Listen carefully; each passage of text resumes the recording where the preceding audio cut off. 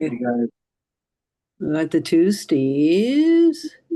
Got Ed Hilton. Who else we got here from our Dan, Frank? Whose iPhone? Oh, Hello, whose iPhone? Who? Oh, right. I gotta rename myself every time I sign into this stupid thing. yeah. Well, you shouldn't have to. It should stay. It should stay. I don't Should know. stay your name. Yeah, it should stay your name. I think. It used to, and the last 3 or 4 times, every time I go in, I gotta rename myself. Do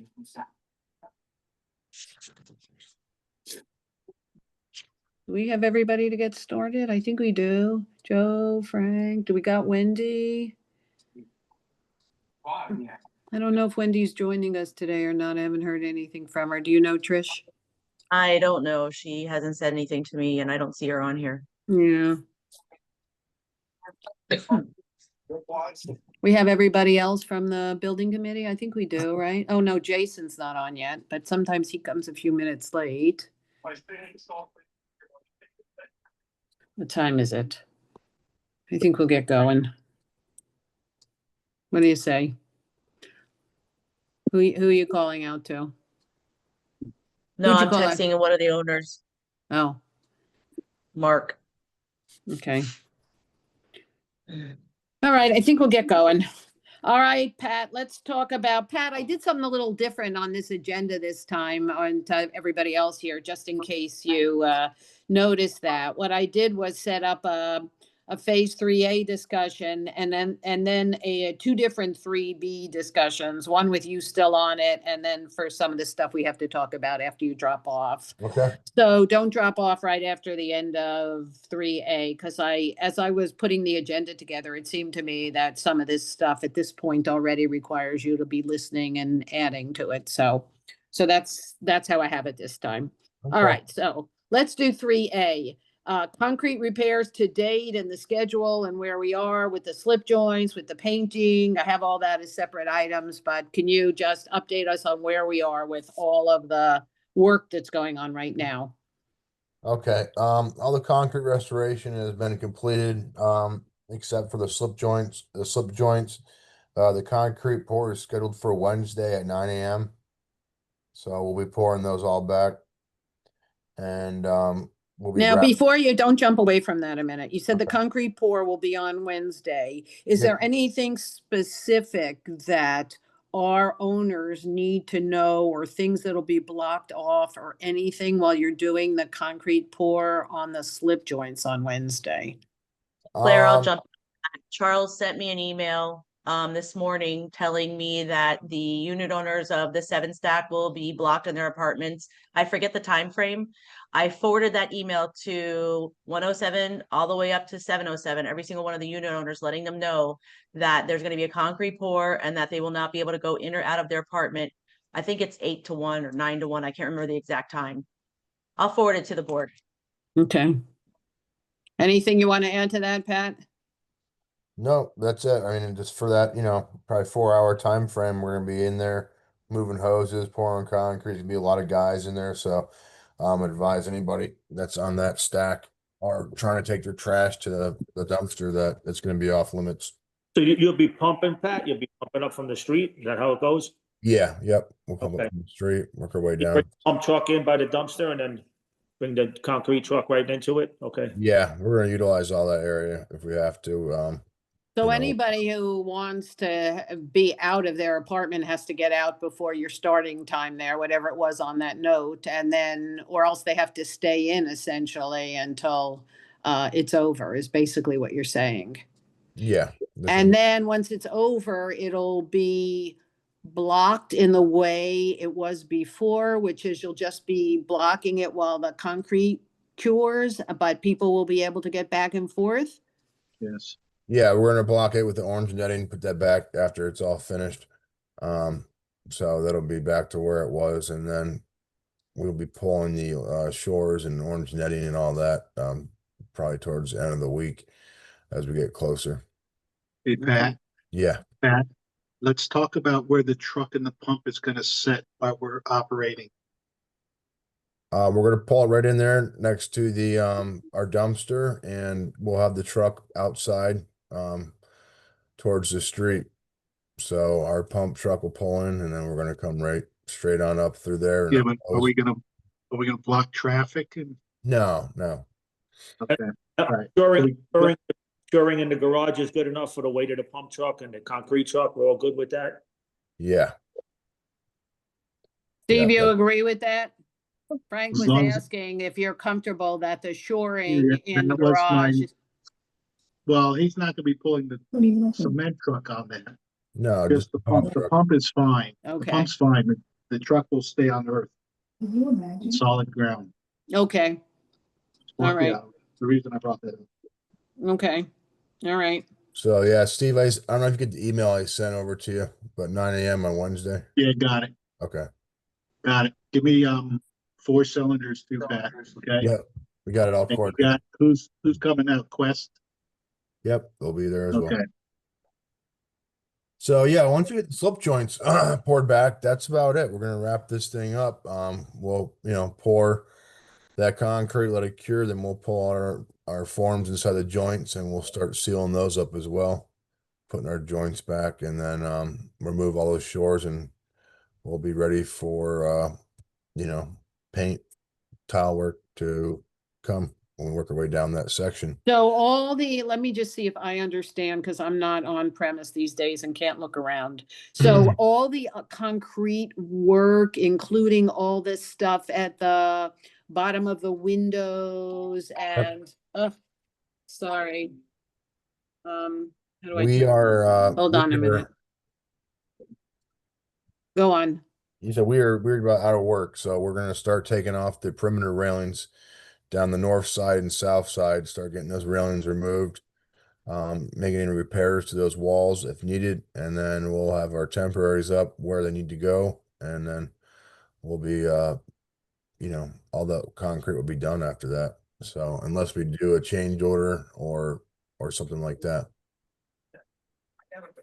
All right. So Shipping guys out I'm of there. sorry, because my phone rang. So the concrete work that's left will be some of the drilling of the holes, or what did No. you say about the concrete? You're pretty The much done? concrete's done. We're just pouring concrete on Wednesday, and we'll Okay. finish the concrete, and then we'll pull the foam out of the joints of the throats of the expansion joints, and then we'll shoot them back. And we already sent back 2 swing stages. I think we have 2 more being sent back this week, and we're going to leave 1 swing stage on site for the railing guys to hoist up the railings. Okay. And so you have started some painting, or you haven't started any painting yet? The painting's going to start here in about let's see, how is this month gone already? That's how I feel too. It's the 22nd. Jesus. The painting's gonna start in about 2 weeks, so October 6th. Okay. And so I want to talk then about and say again, where are you starting the painting? So the painting, we're gonna be starting on the east breezeways, towards the beach. We're gonna paint all those breezeways all the way down through there. Our railings should be installed by then. I'll just kind of jump back and forth, give you a kind of an idea what's going on. Our railings have been getting installed on stacks 2 and 3 and 4, I believe we're at now. Maybe 5, I'm not sure. But that whole side, they're working on installing the rails, and they're doing punch out, minor tweaks, and we have another delivery of railings coming, I think Wednesday or Thursday. Could be Wednesday or Thursday, and then that's gonna be the rails that are gonna go from stack 1 to 16 and wrap the corner down to 15 and 14. So we're planning to get those railings installed there. That way we can get this east breezeway ready for John. Okay, before you Um, start on that though, I have a question on the East Breezeway, because you said the painting was starting on the East Breezeway, but John is also starting on the East Breezeway from what I heard. So how is that gonna work? So yeah, I was getting to it. Okay. John's gonna start the end of October. We met with him last week. Charles walked the property. I think it was Thursday or Friday. He walked it with John. And John said that works perfect with his schedule. Let me ask you a question on that before you go back to the painting. So one of the owners got concerned about how much staffing he was gonna have because of they had him do the tiling on their back deck and it took quite a bit of time. Do you have a sense of how many people he's bringing in to do the tiling when he starts it on our catwalks? Not yet. I want to get him on site and we're gonna start from there.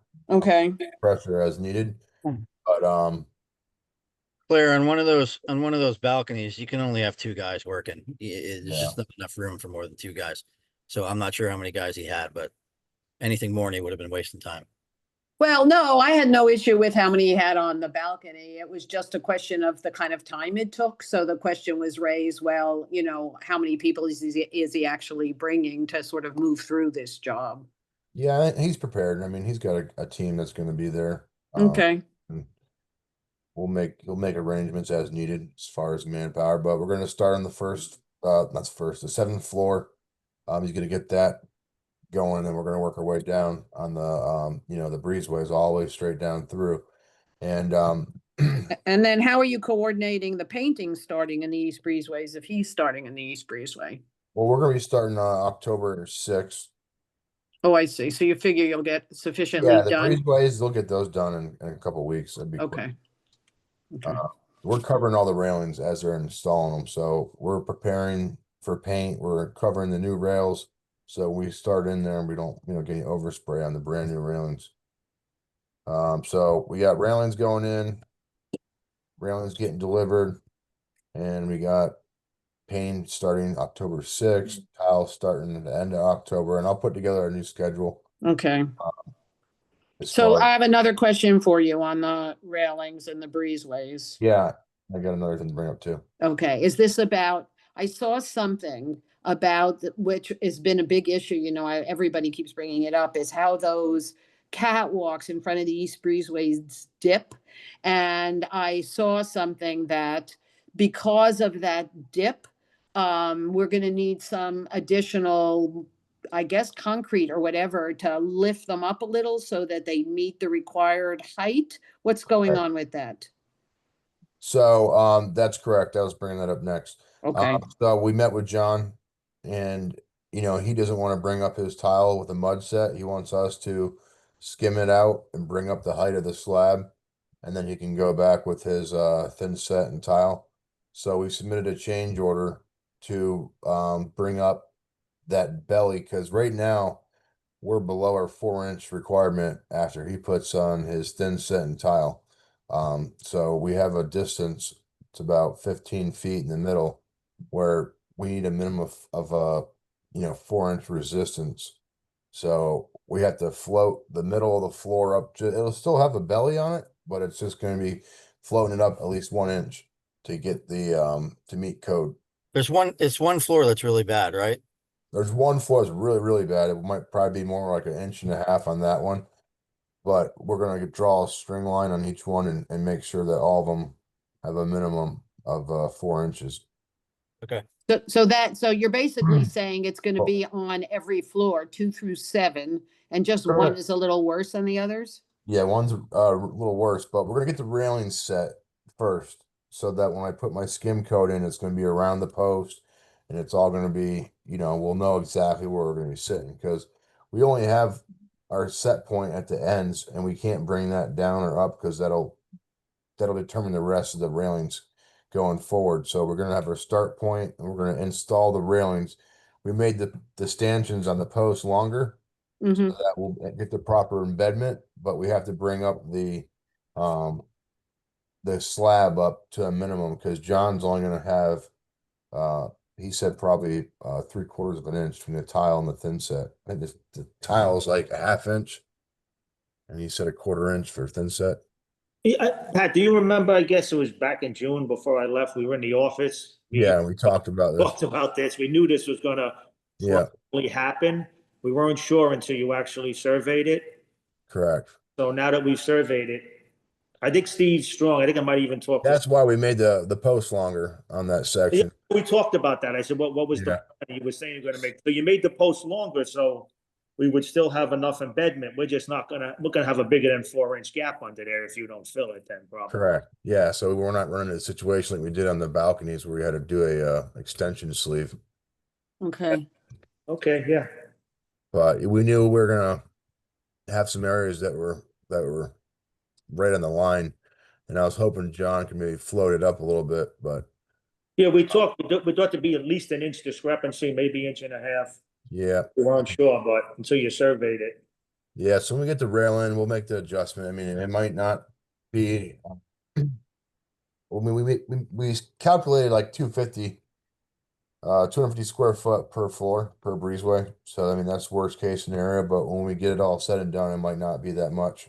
You know, some of the little dips may meet requirements, so we might not have to do that. But we'll know exactly what we need for those areas once we get the railings set, which will be happening here in the next couple of weeks. So I don't understand what the 250 was. Are you saying you put together a change order already with an estimated 250 linear feet? Or what are you talking about the 250? 250 square feet on each floor. So it's gonna be roughly, you know, that distance is Okay. 12 by 30 foot, but we're, you know, kind of figuring 15 foot, probably 4 foot out to make that transition. But I don't know, like, you know, there's one that's really bad. Some of them might be within tolerance. We won't really know until we get the railings in, but just to cover I, you know, gave it worst case scenario. What are you charging us? How are you doing that on a unit price? Shouldn't that be time and materials? I can do time and material, but I gave unit price. What was the unit price per square foot? Steve, you have the change order? I haven't seen it. Steve Short, do you have it. have it, or Steve Strong? Anybody have it? I don't see it now. All right. Just pull it up. I mean, I can send them directly to you guys, but I usually like to send them to ACG first, and then. you Well, I guys- mean, just send it. We can talk about it after we see it. I'm just saying, you know, you're gonna be skimming from 0 to maybe an inch and over an area. It's a hard thing to put a unit price on. That's why I was That's asking. why I gave a square foot. I don't know if I'm gonna do 10 square foot or 250 square foot. I don't know until we get to that point, but Hey. um, And Pat, you're using my so base? it's change order number 9. Pat, you're using Mape or, Yeah, Mape. okay, We are at, so we have 1,500 square foot allowance to do all those floors, and so we're at $33,000 if we have to do that much. So I don't think we'll use all of it, but we have it in there. You said 33,000 Yeah, divided by 1,500. Is that what you said? 1,500? yeah, Yeah. 1,500.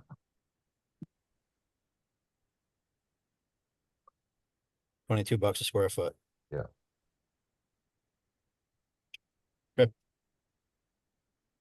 So I say it probably will be more around 1,000. All right. I think, like you said, Jason, some of those, when we put the rail across there, we might be okay. All we have to do is resist, you know, a 4-inch spear. So you're still gonna have the belly, you're still gonna see it. We're just trying to bring that up so that we can meet code. So not really No, I get it. In the middle, we want it to be exactly. at 4 inches, and that's it. So All right. Just go over the top of the water, when you're gonna waterproof no, we're gonna go this goes first. yeah, first and the waterproof and then John style. Got it. So little hold up there, but it's all coming in play. Like I said, the railings will be delivered Thursday. We're gonna start installing them next week. That's gonna be our priority, is that section. All right. So you'll need an answer on that change order though. before tile can get started, right? Yeah, before anything gets started, I mean, the waterproofing as well. I mean, we have to do that first before we waterproof. Unless John wants to build up a mud set and just float the tile up that way. I mean, you can do that. No, I don't think he wants to do that, so Yeah. okay, very good.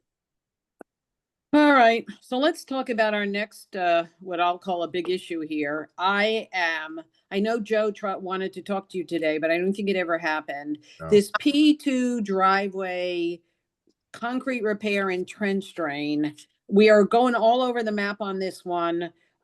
We started with a change order, I guess change order number 3 for $8,800. Then it went to a second change order for $45,250.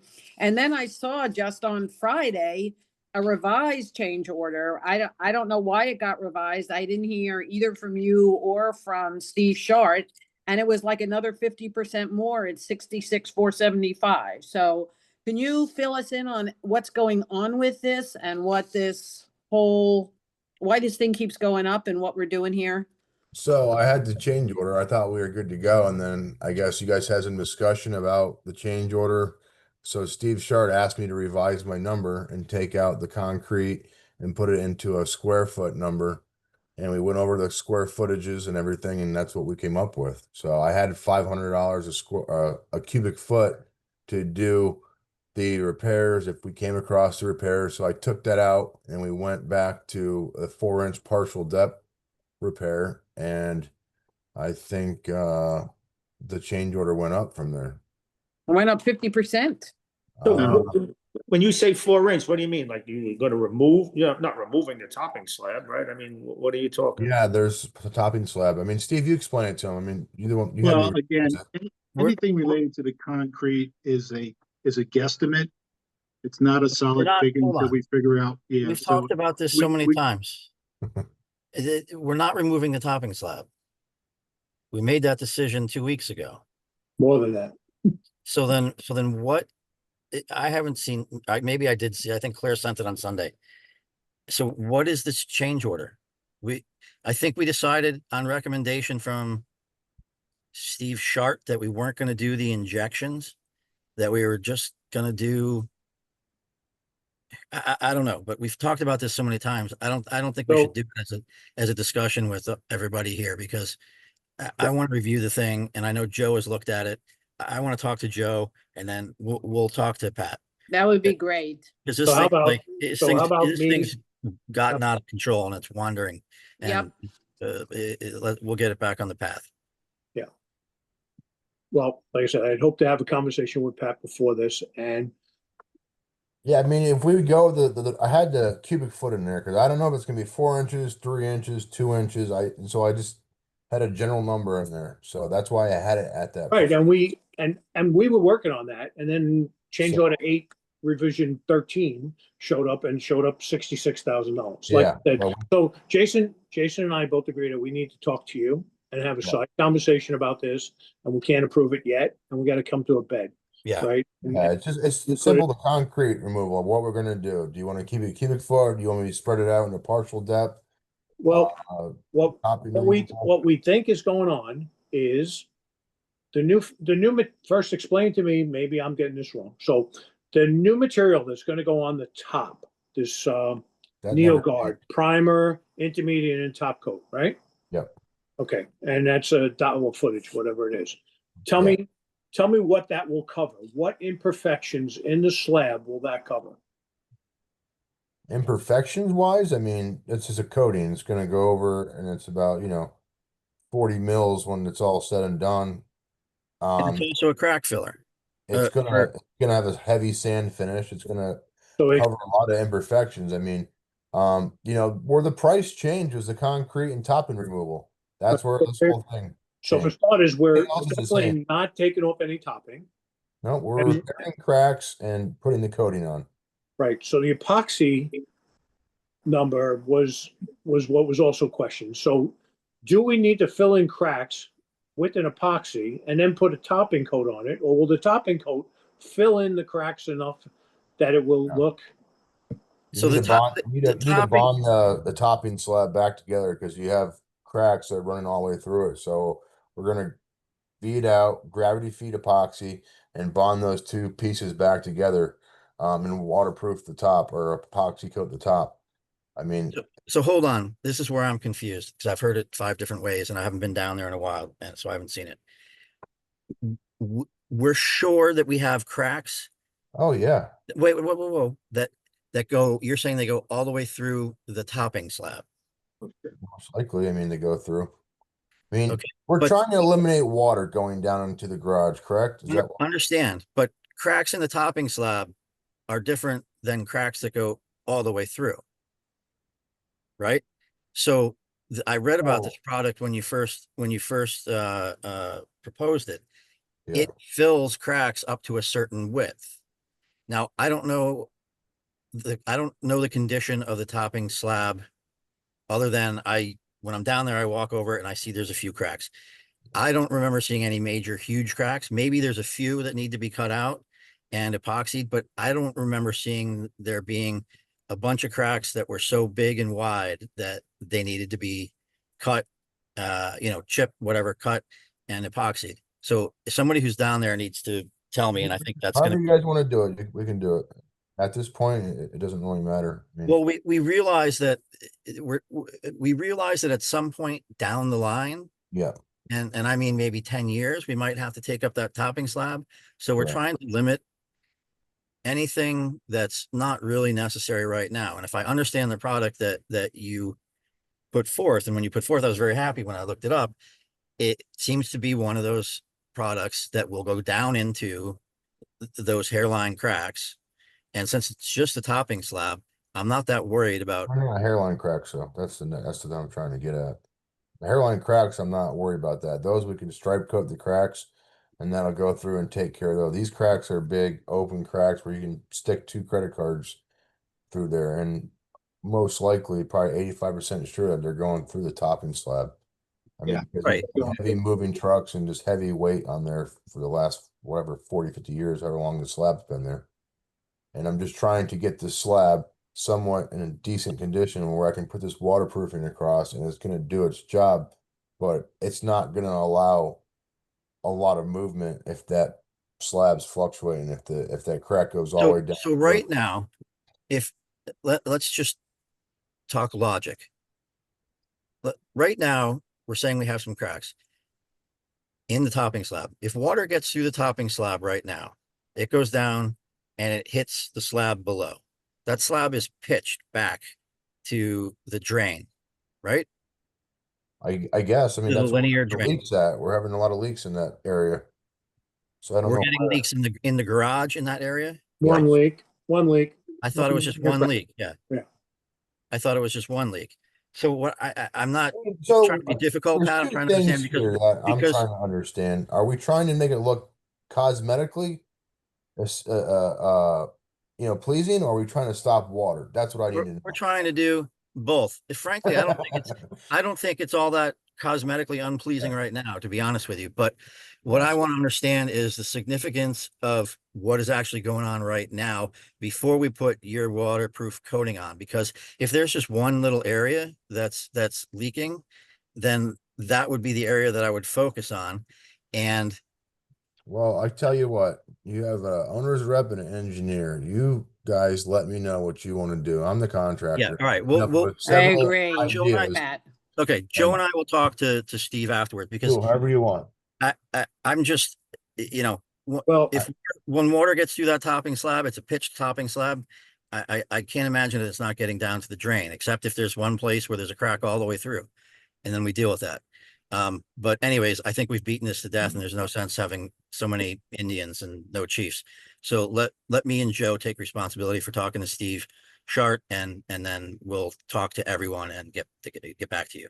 well, I'd like to have Pat in the conversation only because his numbers change from one change order to the next to the next. The only Is- numbers that change are the concrete numbers. Everything else has stayed the same. That's not true. All right. I'm Well, looking at it- so I'm Joe, looking at it right here, it's not true. Joe, but I agree with we'll you, have the Joe. conversation later. We'll have the I agree with you. conversation. We'll deal with it later. Yeah, we'll deal with it later. Yeah, both All right. changes. So I'm leaving it with the 2 Steves and you 2, Now, what- Jason and Joe, okay? Yeah, I'm gonna write Pat's change order form. Don't worry. Yeah, tell me what Good. you want done. Give me a scope of work or a prescription and how you want it We'll fixed. get, I'll we'll get fix it to you. When we have a full understanding, we'll get it to you. Thank All you. right, next. Thank you. All right, so what else do we have next? Okay, the perimeter railing update, where are we on that? We're in the midst of removing the perimeter rail this week. And Oh, good. fabrication, I don't know where we stand. I'm waiting for an update. Right now we're focused on getting the atrium rails. Okay, Once okay. they're fabricated, I think he's got one more section to fabricate, which is going to be from stack. I want to say 12 down to 9 and 8 and 7. That whole back west section, that's going to be the next section he fabricates. He's got it broken out into 3 different phases. So we got one section, one phase getting delivered Thursday, and then the rest will be fabricated. And once those are all fabricated, we're going to start on the perimeters. Okay. All right. And the one metal door, I thought we had that in and we were scheduling something with FPL. What's doing with that? Yeah, so he sent me the email from the manufacturer, and because I got after him, and they're saying now it's going to be the second week in October. Okay. So he goes, yeah, you said 4 weeks. Now it's going to be more like 2 months. And that's from the time we ordered it. So it's a little ridiculous. It is, but all right, so that's off the table for a month here now, probably. Yeah. The alarm conduit, is that all fixed now? That whole issue with the alarm conduit? fixed. Yeah, All that's all. fixed. That's why Okay. they're pouring on Wednesday. All done. Okay, perfect.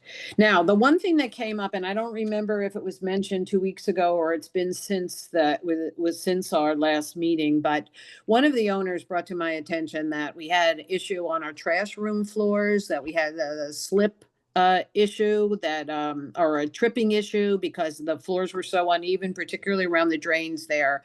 And I asked Steve Sharp to go take a look, and he said he felt that that was correct, and that maybe some of the drains there also needed to be replaced. I think, Pat, you said it looked like somebody took a tin can and poked holes in it. Where are we? Where are we on that? And what are we? How much work do we think we're going to need on those trash room floors? I said if you're here doing concrete in the atrium now, and we have a problem in our trash rooms, let's try to fix it now. So where are we? I mean, only thing I asked was if the drain should be replaced or not. I mean, if we're okay with the soda can drain, I'm okay with it. I mean, how often do we wash those things? What But do we they do? don't all look, Exactly. they We don't all mop look in like there? that. Some of them look weird. Okay, but let me ask this. What do we do in there? We mop in there? We don't have water. We're not spraying in there, are we? Right? We mop in there. Okay, are they We leaking? mop in there, but there's hose connections It's in not, there. Okay, are they leaking? I don't think the No. leak is the concern. The concern then- is they're elevated about 1/4 of an inch higher than the slab in certain places. I worked Okay. at the second floor, so We're- the actual I understand what you're saying. higher than. Trip So- hazard. Yep. So I'm gonna send you Everybody entry pictures, door. Jason, right now. you see, let me see it. I mean, I think it would be ridiculous to start chipping out and spending money in those things. Get a It freaking. was more so grind them down, repitch them, and recoat them. But I don't know what the issue is. I mean, it's a threshold. You have to step up into the door. Is that the thing? I mean, that's with every No, threshold. I don't think that was the issue, though. Are we concerned Oh. about the door? I thought we were concerned about I'm not down there to look either, but I thought the issue was right around the drains in the middle of the trash room floor. It's very uneven and there's a trip hazard in there. Is that not correct? Or is it going into the room? Based I on, don't know about any other floor, but on the 4th floor of the trash room, it's tiny. You can barely go inside it. I mean, when you open the door to put your garbage down the chute, you have to use your ass to keep the other door open because there's not enough room. So I'm not really worried about a trip hazard in there. If you trip, you're gonna lean against the wall. I'm more worried about if we have leaks or anything. And then I would leave it be, because if we start dicking around in there, we're gonna spend 50 grand. Really? Yeah. Replacing drains, yeah. I don't know, but if you look at some of those, like I'm sending you those pictures, Jason, if Send you them look to at them, Jason. and you blow them up, I don't know how some of those drains actually drain. Listen, if there's a little lip, then we'd go buy a $15 squeegee, and when somebody mops in there, if the water's not going down, they can squeegee it into the drain or something. I mean, we're not gonna spend that money now. It's just crazy. It's not part of this job. Something that, Yeah, I don't think it's major. I mean, Okay. And by the way, when you're saying that it looks like somebody punched holes in a soda can, that's just the cover on the drain. That's not the drain itself. The drain is I underneath. don't know. I don't So know what it was. It's it- glued in there, so. Yeah, I mean, look, it may not be the greatest thing, but if it fucking drains, it drains. Also, I'm saying, if we're not gonna do anything in there, I mean, if we're gonna spend money, I'd replace the drains. If not, just leave it alone, because there's no When sense. when I'm dead, make him replace the drains. So I don't have to worry about that. no, No. Well, let's see the pictures of the floor. I am worried. Maybe it's my legal There's- background. I am worried Send about Claire people the tri- tripping. So send let's Claire just the- take a look. There's one where somebody replaced the cap on the drain, the grate on the drain, and it looks like a monster did it. Somebody could pop that one out and redo that for our guy Juan or whatever his name is could probably do that. The other ones are fine. So we're good on that. Don't worry about Yeah. the traffic. Okay. All right. All right. not for Pat for now. All right, let's move. Does anybody have anything more on phase 3A before we do some talking with Pat right now about what's going on with phase 3B? Okay. Let me update everybody on where we are, and I'm trying to find what I did with that note from Steve Short before.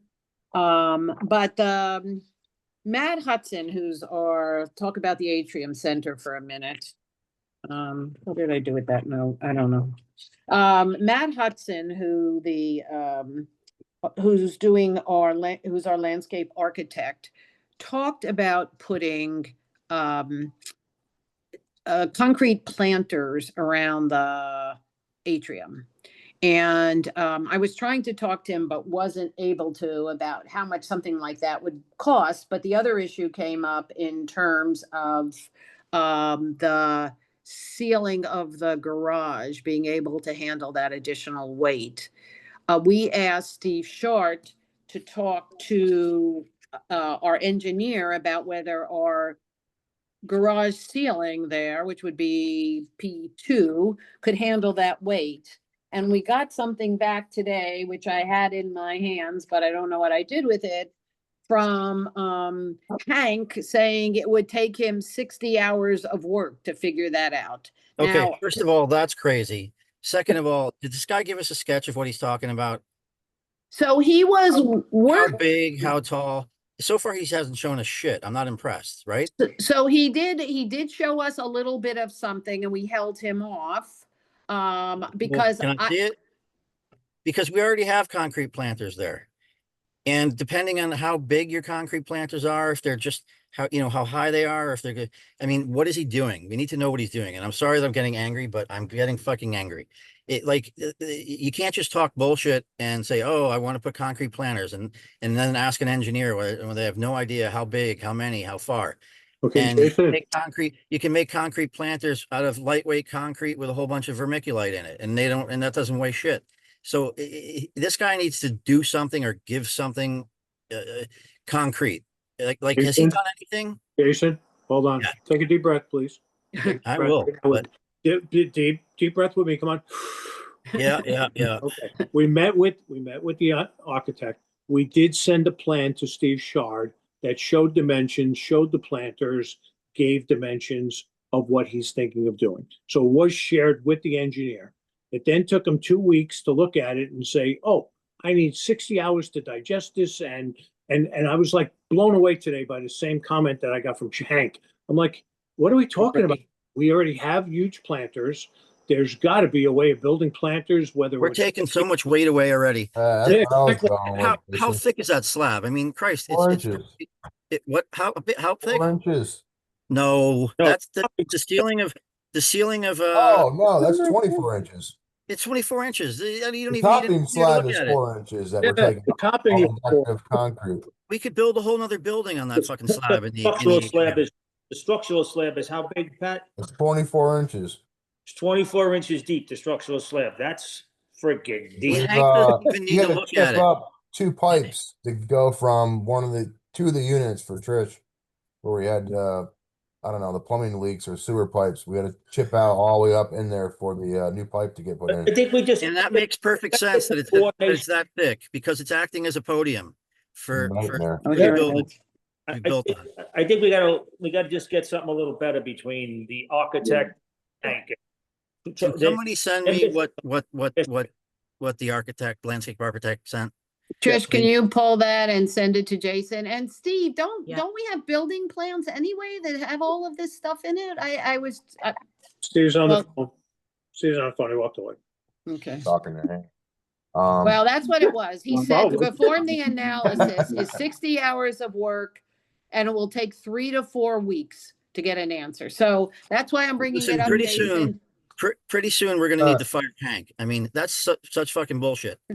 Seriously. hours. I mean, I'm look, telling you, in it's all, total bullshit. in all fairness to Hank, no matter what we do there, he still has to do some calculation or something because he's putting his name on this. If He's- it's a 24 inch, let me just tell you something, Frank. If it's a 24-inch slab, he didn't have to do anything. Okay? He's still gotta sign it off, even if he knows 100% in his mind that this. is- Exactly. All he still needs to has do is put sign his- it up. He still has to put his name on it and take full responsibility that it won't collapse, right? If it's a 24-inch slab, it's not going anywhere. I know it's not. I'm not arguing that. I'm just saying, no matter what, Hank still has to say it's okay. Some professional architect. More answers on what we're putting back as far as how big is the planter, what are we using for materials, concrete, fiberglass, lightweight concrete, the trees, we need to know more details as far as the weight. Hank needs more information so he feels more comfortable with putting his name on it. That's all, that he's Well, not. and that's what he should have said. And Yes. that's not what he said. That's right. Okay, so where do we 60 go hours. from here? You could do the engineering for a whole friggin' new building in 60 hours. Jason, did you eat? Are you hungry? I'm having a bad day, and it's because I'm having a bad day exactly because of this, because people are fucking saying stupid things and not thinking. Like that irritates the shit out of me. All right, so what do we need to do from here? I guess Steve Short, you hear that? Nobody thinks that what Hank's answer makes a lot of sense. I heard it. Okay, so, but I do want to talk to Matt Hudson a little. So let me talk to him with some of the questions about how, but I think some of it's on there, how big these planters are. But we did not talk about materials and trees and some of that stuff. And so, and don't you have the plans, Steve, that show the 24-inch slab and all that kind of stuff? Yes. Why is Hank thinking that he needs so much time? I guess it's not clear to anybody. I don't think it's clear to Hank what he's doing. You don't have any information to give to him, so I'll be working on that. Yeah, I We think need if you give him more We need information, weights. he'll have a better understanding of what he's trying to calculate. You gotta take, And I'm not sure if that's 24 inches there, if it steps down to 12, I'm not sure, but Well, Hank's we got the should have drawings, the so- plans that say whether it's. They're 24 right on the Yes. right? website. I mean, do I have to be the one Yes. to look? I mean, I'll look right now. For Christ's sakes, we have them there. Well, I just know the holes that we we could chipped up verify through there. They're 20. there has been changes from the original plan, like a column 33, right? It showed a little different than what we had. So it's not like they followed the plan 100% when they built this building. But Yeah, Let- but 60 hours does seem a little bit crazy. no, I agree. I agree. I'm not saying that. I agree. We already have planters. We've been there for decades with planters. We're going to be okay. But I'm just saying we should verify because we need Hank to sign this off. That's all I'm saying. Engineers are a necessary evil. Somebody has to sign this off. Somebody has to say it's okay. And that's Hank, Done. right? He's the last word on this. Well, I think that was Matt Hudson's concern. He didn't want to go forward with all this kind of stuff and then have the engineer come in and say, this isn't going to work. Something goes wrong, Hank's done, right? He's finished. He can't have that. That's why I'm just saying, it sounds like Hank's just looking for more information and maybe this is his way of getting it, Give me what I need or it's going to be 60 hours. He's covering his rear end. Yes. So let's just step back and get him what he needs. And and get a better answer from him. That's all. He's being over conservative because he's a little worried, I'm guessing. That's all. He has no right to be worried if he's a professional engineer. Well, I mean, it's his livelihood, it's his reputation, it's his name. It's, financially, I mean, everything goes down the drain. If he says, put the planters and one of them goes through the floor, he's done. Okay. I mean, isn't Well, that what we're not- happened with Surfside? It was their planters? Wasn't it their They put- planters? No, it wasn't. They just came out with the report. It was the pool. They didn't What was put any fucking rebar in. Cool. No rebar in the pool? No, there was planters added later on, which exacerbated the situation and made it worse. Yes. Right, What is our website? What is the address? the Overlook Condo. .com. Well, So you're trying to get the blueprints? Yeah, Yeah. somebody's got it. I mean, nobody's gonna do it, so I might as well. Steve Shark disappeared on us in the middle of the conversation. Where is he? I don't know. He put himself I on just mute. asked him. There he is. Yeah, I just, Steve, we need you on. This is a conversation concerning your operation All right. here. I'm still here.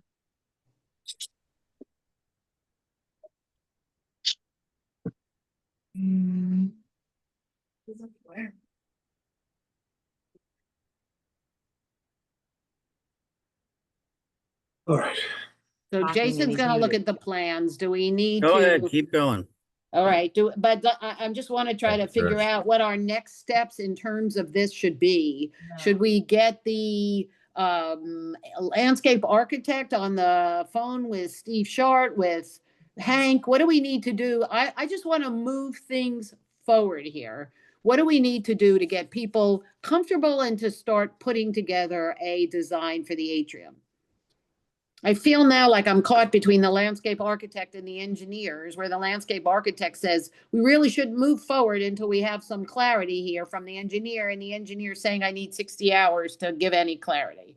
So what, Does a landscape architect have a design concept or anything that he's Yes. that he's drawn up? he had a very, very preliminary design concept that he felt like we shouldn't share or move forward on really until the engineer said it was okay. All right, Claire, let's do this.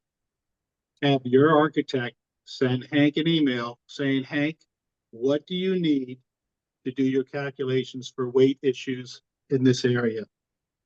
And Hank will tell the architect what he's looking for. Let's give him a worst case scenario. I mean, we're going to use a concrete plan. Well, why don't you ask Hank what he needs to do calculations? I already know what he needs. He needs weights for every piece that's going on there. He needs to know what the weight of this stuff is. He's gonna need a weight and a location to figure out where all the forces are. So He needs to know the size of the planter, the height of the walls. He needs to know how much dirt, what plants you putting in, what trees you So putting in. Steve, everything so, on that drawing that we so- sent, Nick. so Steve, can you put Yeah. up together a list of what you need the landscape architect to give Hank? I work with Hank, he'll get you a list. Okay, give me a list. So that's your action item. According to the structural drawings on our website, the depression in the middle is a 12-inch slab with number 4 bars at 8-inch on center, top and bottom. And it's got a 4-inch topping slab on it. Yeah, the 4-inch topping slab is not structural, so you only have a 12-inch slab. That's what these drawings are saying. Well, that was true when we did column 33. We only found 12 inches there. And that particular piece was supposed to be 16 and we only found 12. Well, I can tell you Less that than that. It's a 8 inches. 12-inch slab, okay?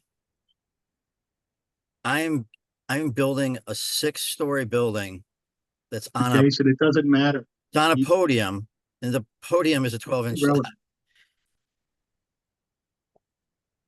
Yeah, it matters. It Regardless, matters who signs off on it, Jason, you know that. say what? It matters who signs off on the drawing, and that's Hank. I get it, but the 60 hours thing is ridiculous. Well, And the he only put calculations are 60 in ridiculous. there, just exactly what the guy said. He put 60 in because he doesn't have information. All right, And now so we're you're gonna gonna give him some give me more the list information. of what He's Hank gonna needs. look at it, and then he's gonna say, this is how many hours I need. It's not gonna be 60. I knew Hey, that I was got- high when I There's, saw I it. have a alarm going off. What? Fire alarm going off. Keep talking. I'm gonna run downstairs. Didn't do it. Maybe Bash showed up to fix it. Yeah, let's just get Hank and let's deal with this. I think Steve's got the right. I know. Yeah, because we got to figure out as far as, what we're taking off as weight and what we're putting back on. I mean, because you're taking a lot of weight off the slab, and then where you're putting this new stuff is, we need a little more information on that. But I think it's realistic. I mean, I don't think it's going to be anything that you have to change. I mean, I don't know. No, I think we're all confident that what we're doing is going to be fine. I mean, what matters for me though, I mean, because I know you sent me a spreadsheet. I put my numbers in that we put in last time. I haven't seen that, I Pat. I was gave it gonna to ask you Steve about it. Chart. He has it for review, and then Okay. that's what I need to know to move forward. I mean, because I could rip up the whole atrium and get it down to the structural slab, and whatever you want to put back on top of it, turf, pavers, whatever you want is, after the fact. But the work has to get done, and it has to be exposed. It has to be waterproof and all that good stuff. And so you put together numbers on all of that Steve Correct. Shard has at the moment? Okay. I was gonna ask you where that was. Steve Shard, does that sound right? You have it? I'm sorry, guys. I was writing an email to Hank. What was it again? The list of, So, Pat's so for the, price on the HM demo. yeah, I have. I sent it to Steve Strong too to look at. oh, you did? Steve Strong? What? I'm looking at the same plans Jason is. What was the question? The question is, did you get a copy of Pat Flax's change order for the atrium area in the depression, the demo and the numbers that were given to him? And the catwalk Yes. side, everything Yes, on, and I- everything on the first floor, right, Pat? It had the catwalks and everything, not just the demo in the center of the atrium. It's the whole No, first. no, I Yeah. saw it. I thought it was complete, except for, I think we need to put some unit prices in for some sleeves in the event we need some, excuse me, irrigation, electric, and sanitary. If you're gonna put a barbecue out there with a sink on it, you're gonna need sanitary. We're not doing No, that. no barbecue with sink. No, no, no no. cooking. Well, whatever, but what, you can decide. I'm Yeah, just sleeve saying price. that we need unit prices for some sleeves, that's all. Yeah, there should be some room. There should be some futures in there. You never know what's going to happen. Hey, Should have- Steve Strong, if you look at the only one that's labeled building section, it's pretty clear. It's 24-inch slabs on underneath the building on both sides. And then at the depression, it changes to 12 inches. So I'm not it's- crazy. It's 12 inches below the entire slab where column 33 was supposed to be, was only supposed to be 12 inches. That whole entire slab that we park on, okay? Everybody hear this? The slab that we park on is 12 inches. How many cars do we put on that 12-inch slab? Same 12-inch slab that is in the atrium. We could go out and park about 75 cars on that atrium slab. Okay, Jason, Okay. here's one thing you're not considering. What am I not That considering? 12-inch slab is a cantilever slab of about 25 feet. Cantilevers. Where's the cantilever? It's Go in the garage and look up. You'll see where your plows are. Center. Cantilevering all the way to that expansion joint. It's like 20-some feet more. The cantilever That's the from issue. the north side of the building to the south side, where the slip joints run all the way from the east to west. That Wait, I gotta go transpires- back. I gotta go back to the, Yeah, I think what he's saying, when you drive into the parking area, all your parking takes place on your right or your left, where there's a lot of columns. So there's not a lot of spread between columns. It's short, what is it? 15 feet between columns. That's a big open area where you drive in. It's wide. That slab is wide. It's unsupported for a large area. Yeah. Still, Exactly.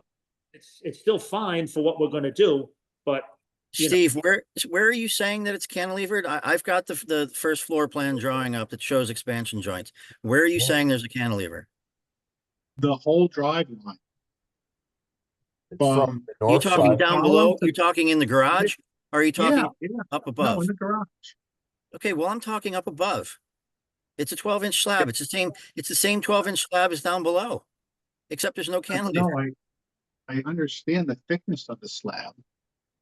I'm saying the point load on the north side that 12-inch slab cantilevers from that point load a good 20 or 25 feet. It's just hanging there. Are And you then it talking, are you connects talking with the about slip joint. on the first floor, the I'm talking atrium? about the atrium Right. floor, which First would be floor. T2 ceiling, yes.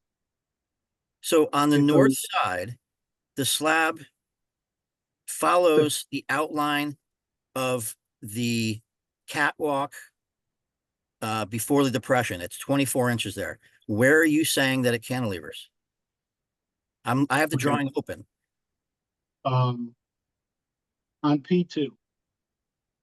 Are you You talking have about a- the P2 floor? Or are you talking about the No, atrium P2 floor? ceiling, P2 ceiling. Okay, well, I'm looking at that. Okay, so We talking about Yeah. what joints are, what ones we're working on now, or we got the slip joints in there?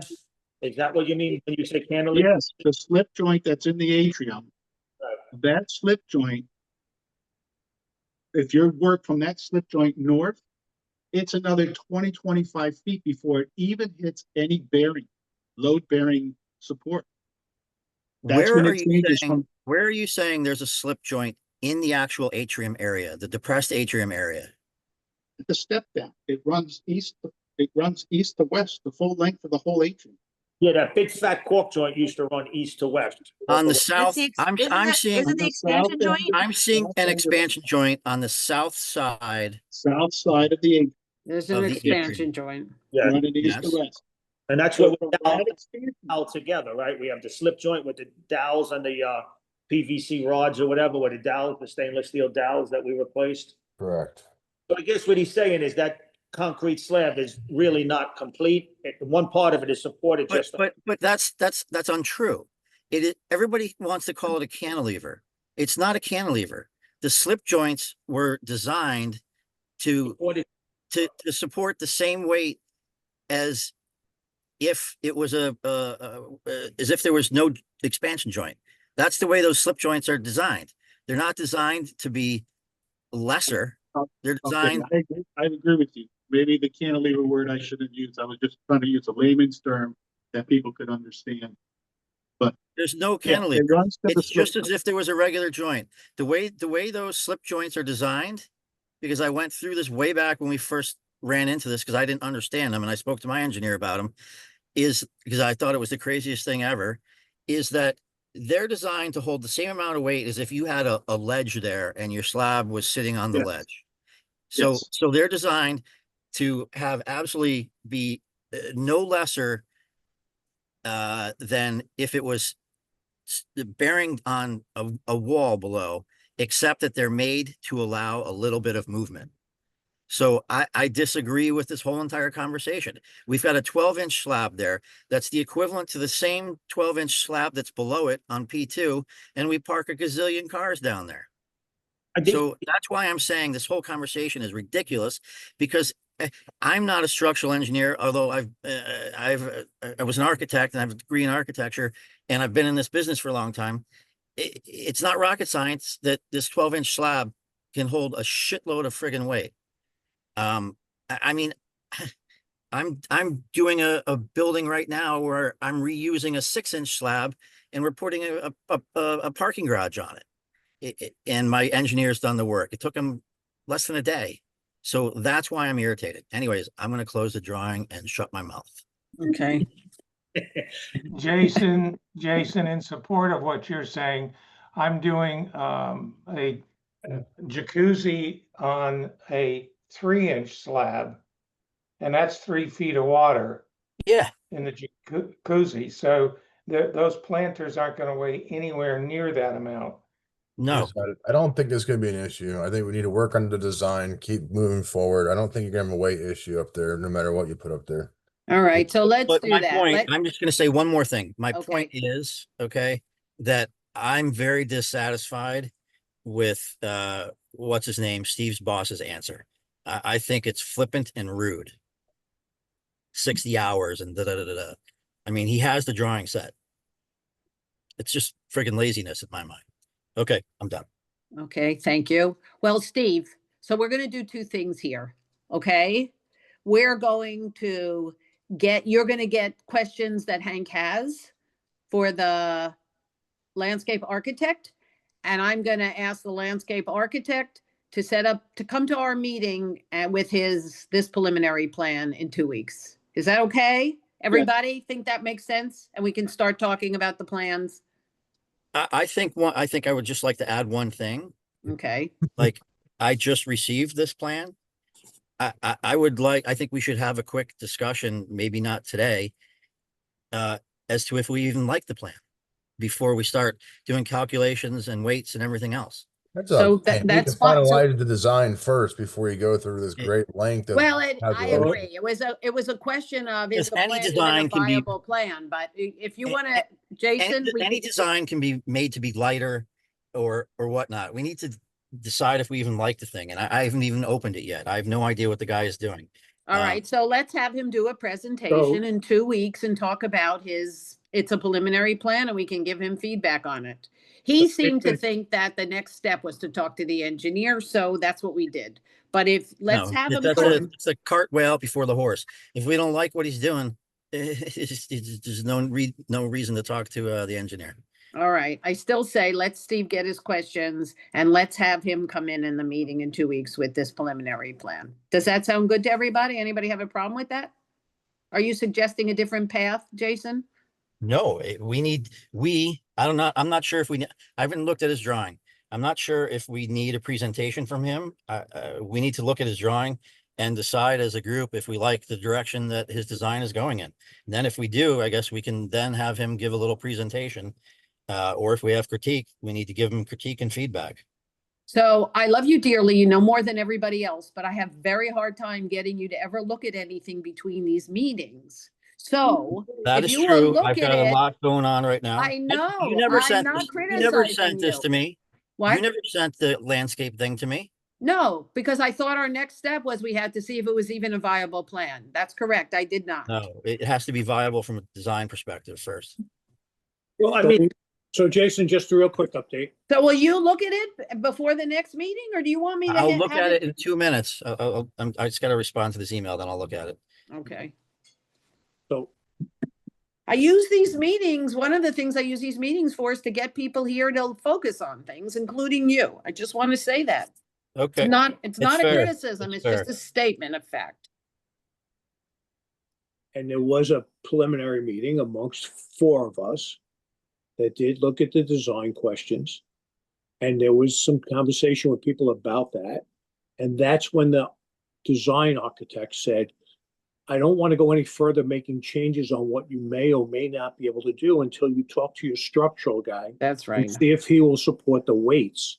And that's why we decided, Claire, myself, and 2 others, to send that directly to Hank and ask him through Steve to see what he would say. That's why the drawing you're seeing has dimensions, it has heights. Okay, It but I has can tell you weight. it'll support the weight. And we need to decide if it's something we even like, first of all. Well, that's what I'm saying. Based on the 4 people sitting at the meeting who sat with them and met with the other 3 architects, and then we decided to go with Hudson, the general opinion was that what we saw there was viable and could be presented, but we didn't want to present something that then Hank would shoot down and say, no, you can't support the weight, you got to go the other way, and you're wasting your time. So the architect didn't want to waste our money by putting in more hours redesigning something that he knew could not be supported or was being supported. That was the driving force. So it wasn't the cart before the horse. The cart was there, the horse was full. It said, here's the drawing, here's all the planters I want to put in here. Here's the soil, here's the trees I'm going to put in there. All of that was on that drawing and it was sent to Hank. He sat on it for 2 weeks, came back and came up with that crazy insane amount of numbers to get his piece of the puzzle to get ACG into the loop.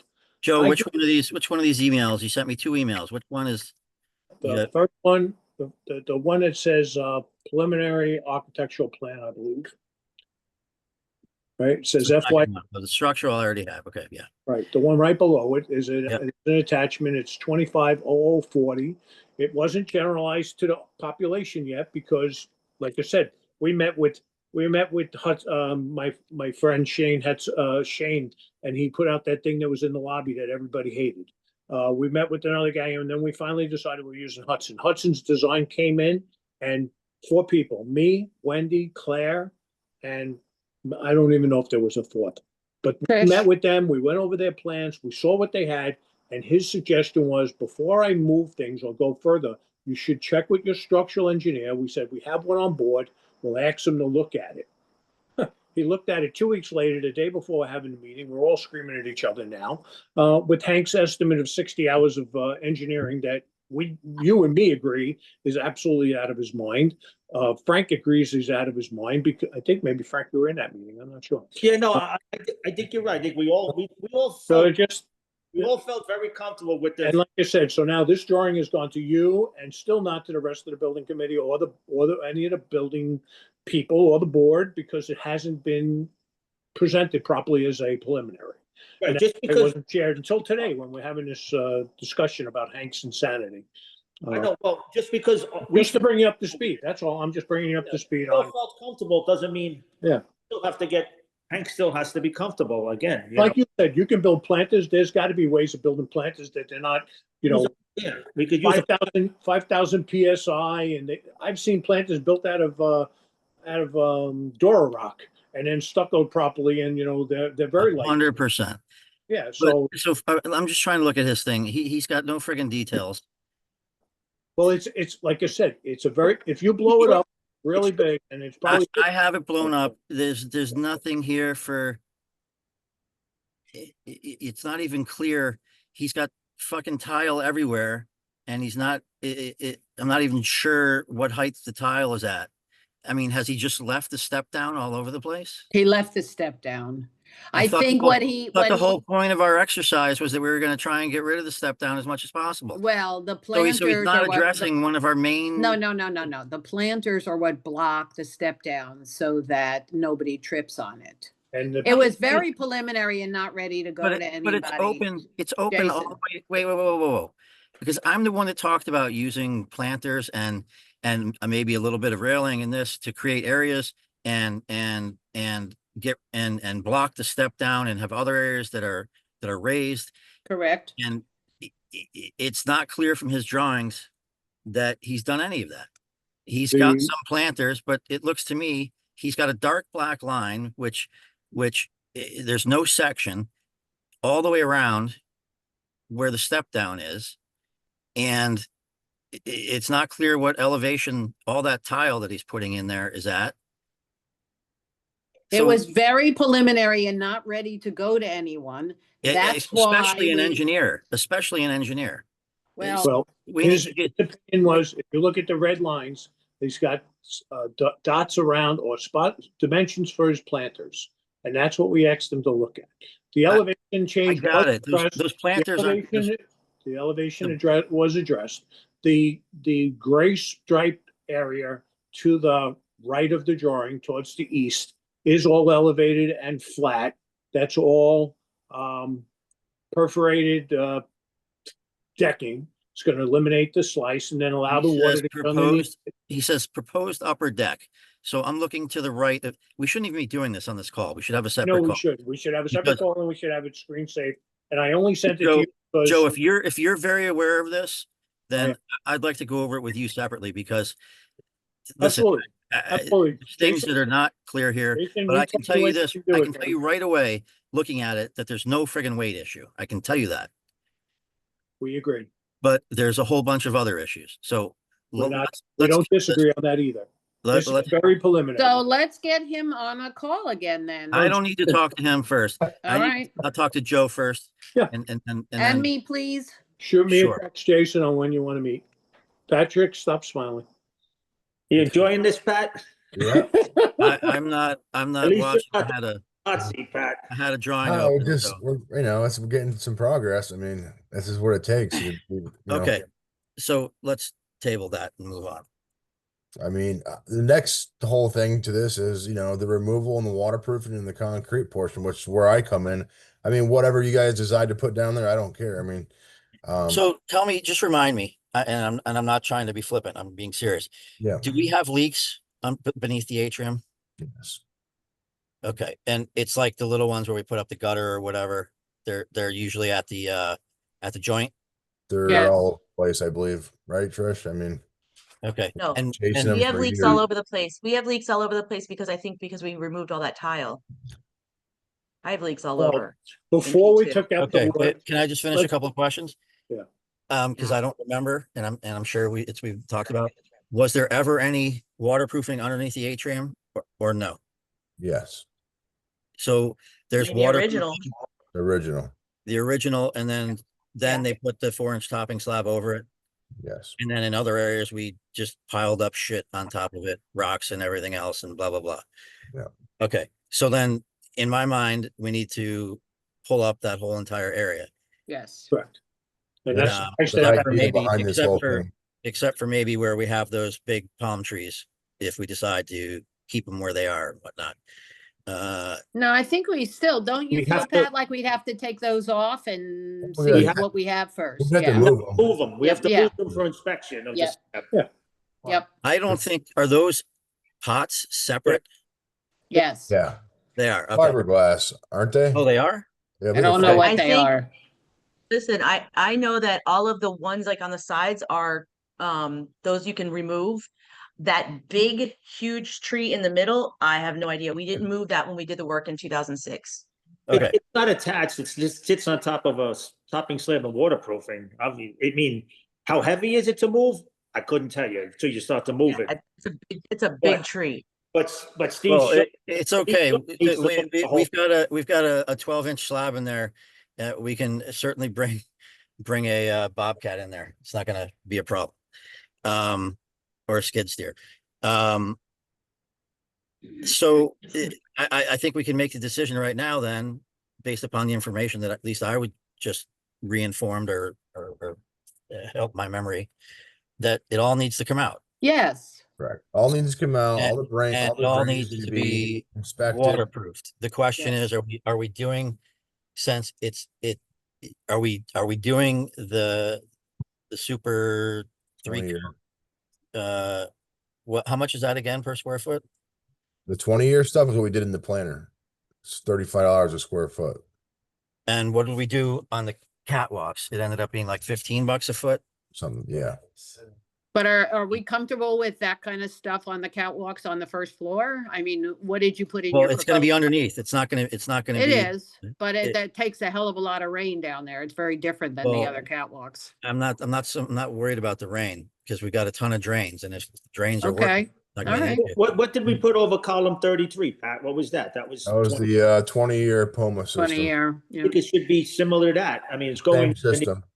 Yeah, I think it should Doesn't be. matter. It's you got a drain board. You can put pavers on it. You can put whatever you want on it. You can drive. But on it. Jason is saying on the catwalks, we may not need that. Oh, That's yeah, what okay. Jason's point is. You want to Oh, I'm stop it. I'm also questioning how Yes. much we need to spend on waterproofing in the recessed area. There's a big difference between $14 or $15 a foot and $35 a foot. Yeah, if it's stepped And- down like Jason's talking about, then we can just go with the expensive stuff in the middle and then bring it up to the walkways with a different system. I'm thinking How- Jason is saying. Does anybody know of? Use the of- cheaper system all the way through, everywhere. Yeah, that's what I'm saying, because it's gonna be a protected area. At least when I'm looking at this preliminary landscape drawing, it's essentially all gonna be protected afterwards. There's either gonna be tile or some other system on top of it. So the difference of $20 a square foot between the super system and the regular system is a whole shitload of money, because how many square feet is that? I mean, anybody have any idea? Yeah, Well- Steve has it in his Did plans. you but- include the catwalks or not? No, Yeah. not including the catwalks, just the. Just the recessed area. Yeah, Just there. how much is it, Steve? You have it in your plan. 4,500. What Yeah, is it? 45, 4,800, something like that. Let's call it 5,000 square feet times $20 is the difference. There's your number. But it's 15. There was 20 to 35. What, No, what, it's 15 to 35. 15 to 35. Oh, okay. But there's $90,000. No, it's $100,000. I mean, Yeah. 5,000 times 20. Yeah. depending just on what we're question- doing with it, we can, use different systems. If you need something that has to drain through, like the turf has to drain through, or we're going with all pavers there and we can pitch them towards the Have drain. you seen that, the preliminary drawing, Pat? Yeah.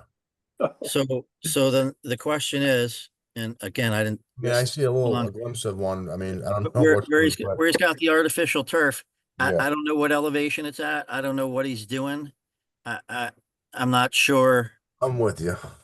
So, I've done artificial turf that's on trays, and it just drains down right to the drains that are below. Yeah, there's a plastic.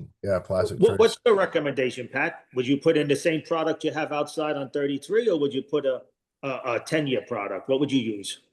I mean, if you're gonna go with this, putting all the money into this atrium, I'd go with the max, because you don't want to mess with this for another 40, 50 years. I mean, they're giving you a 20-year warranty, but realistically, they last 30 to 40 years. I mean, look at it. It took 40 years for this thing to start failing. It's a lot of money to take this up and put it back. And our main concern here for me is everybody's been asking about the leaks in the garage. That's always been a big thing. And we've had gutter systems, we've done pressure injections. I mean, we've been chasing these things for some time. Aesthetically, you can go 10 different ways, but I'm only really concerned about the waterproofing.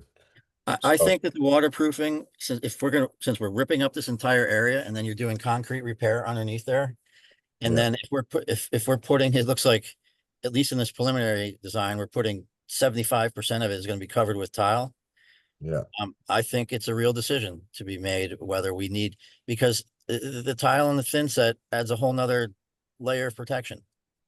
The water basically is not even going to be getting to the waterproofing, to be honest with you. Well, I don't think it's 75% though, Jason, I have to say. There is tiling through some of it, but Are you kidding? in that I've plan, got- it wasn't 75%. I've got the thing open right now. The whole thing is tile.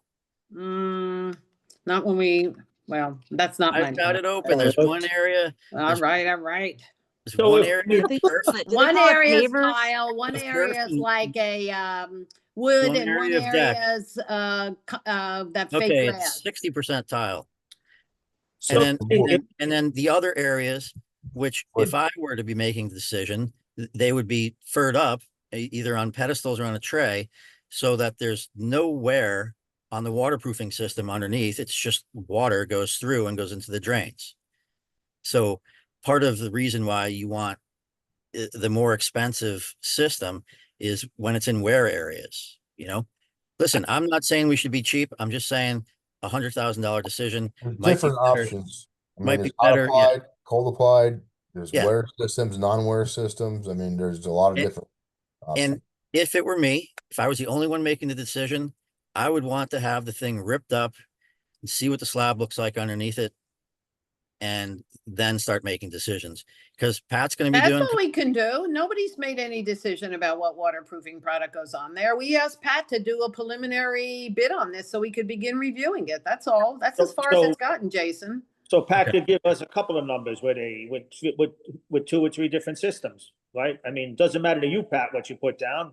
He's No. already, I mean, it doesn't matter. I mean, I just, I can bring in the rep and we can sit down and we can talk to them and see what, but I gotta know what's going on top. You know what I mean? That's, that's another thing. Were we Well, gonna do that's it- why we're that's- trying to do both things at once here. That's what we're So, trying to So do. Pat, you price it with a 20 or 30-year system, or price it with a 10-year system? I mean, Well, the shit I priced it with is you can put whatever the hell you want on top of it, but there's other systems like Jason's talking about. Like if we have stuff on pedestals and it's not a wear service, but it's water, there's different scenarios. So knowing what we're gonna put, if we're doing like the suspended deck system, like I see on the one, I don't think that's tile. It looks like a wood deck or something that they got up there. Like correct. X or Um, something. Yeah. Yeah, so that's gonna be something that's not gonna be wearing, it's gonna drain through it. That could be something less.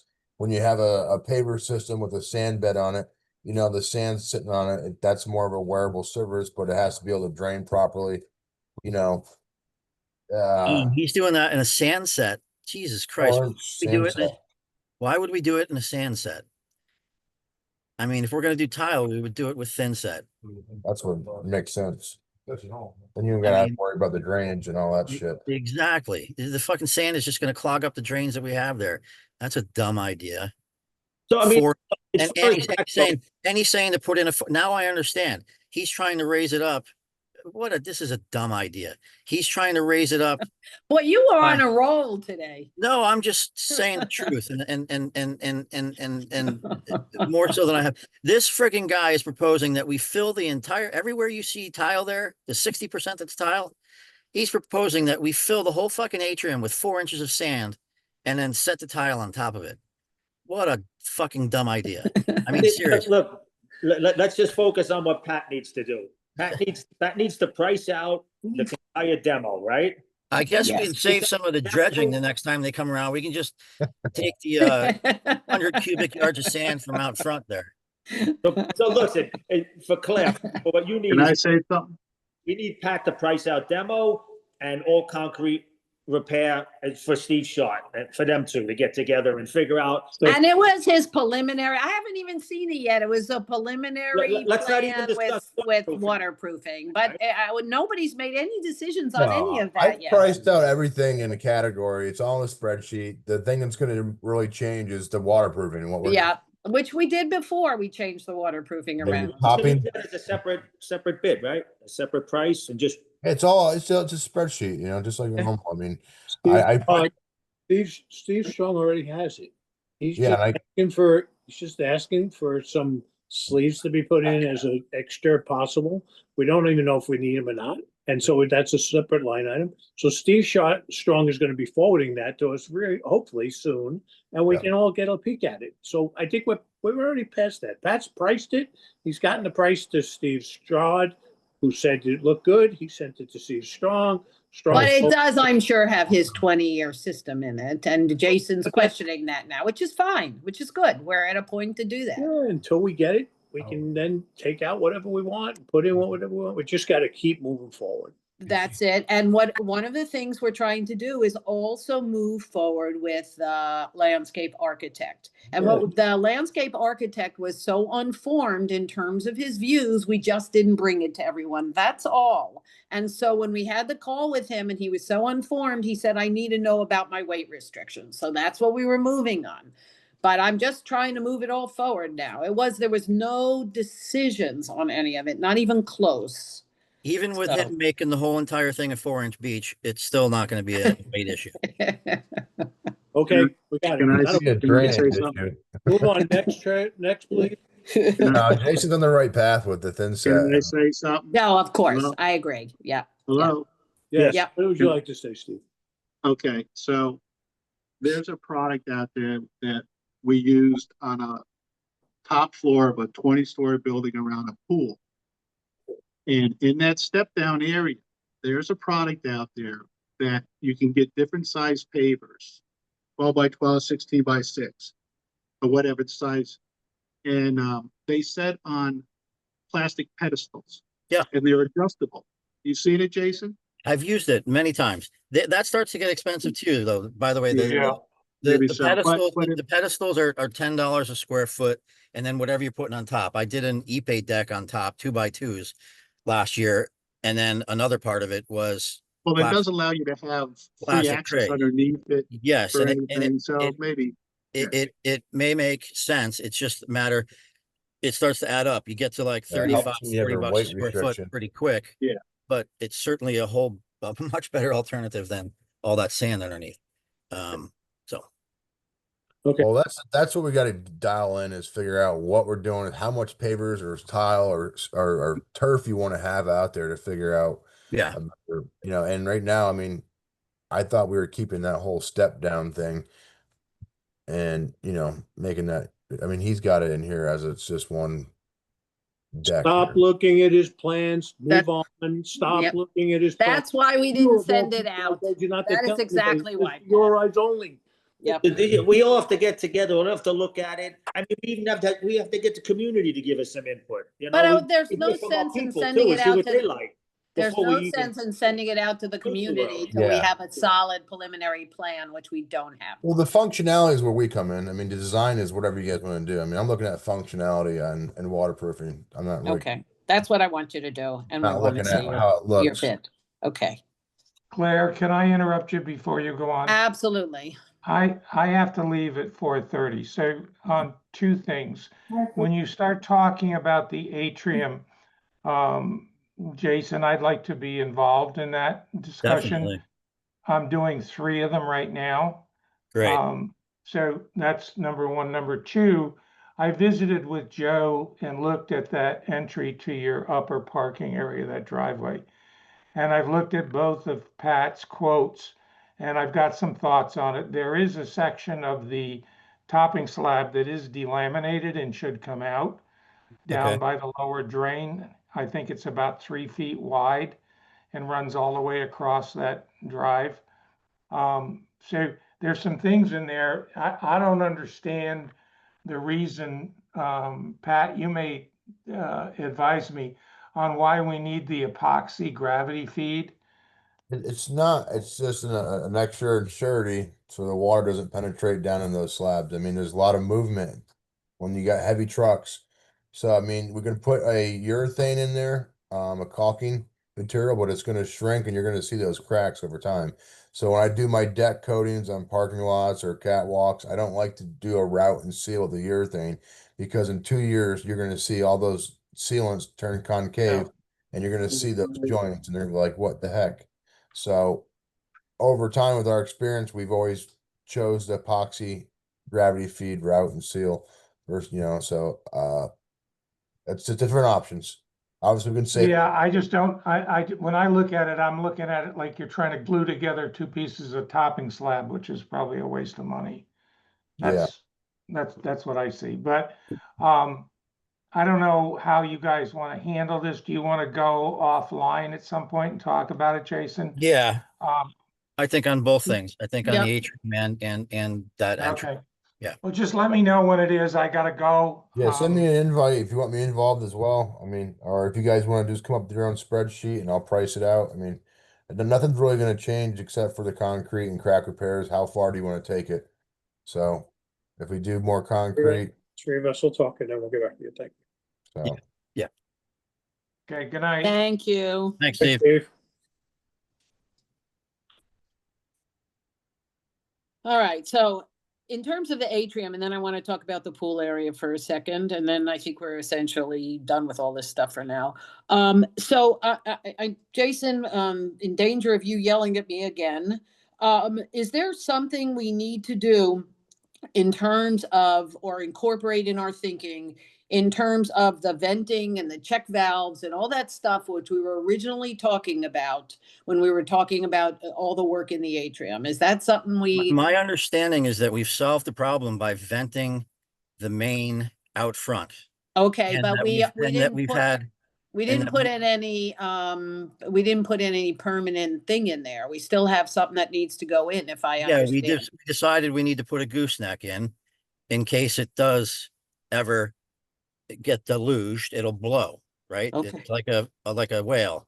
So you Okay, have so that a has to go gooseneck. into a plan somewhere, right? No, it Nothing's isn't. been It's just a done. piece- It's just a piece that goes on top of the pipe that's there. Right now, there's a screen on top of it. A gooseneck is just a piece that That turns comes over. so around. that- Yeah. So when it we, blows, so we, it goes so we, down.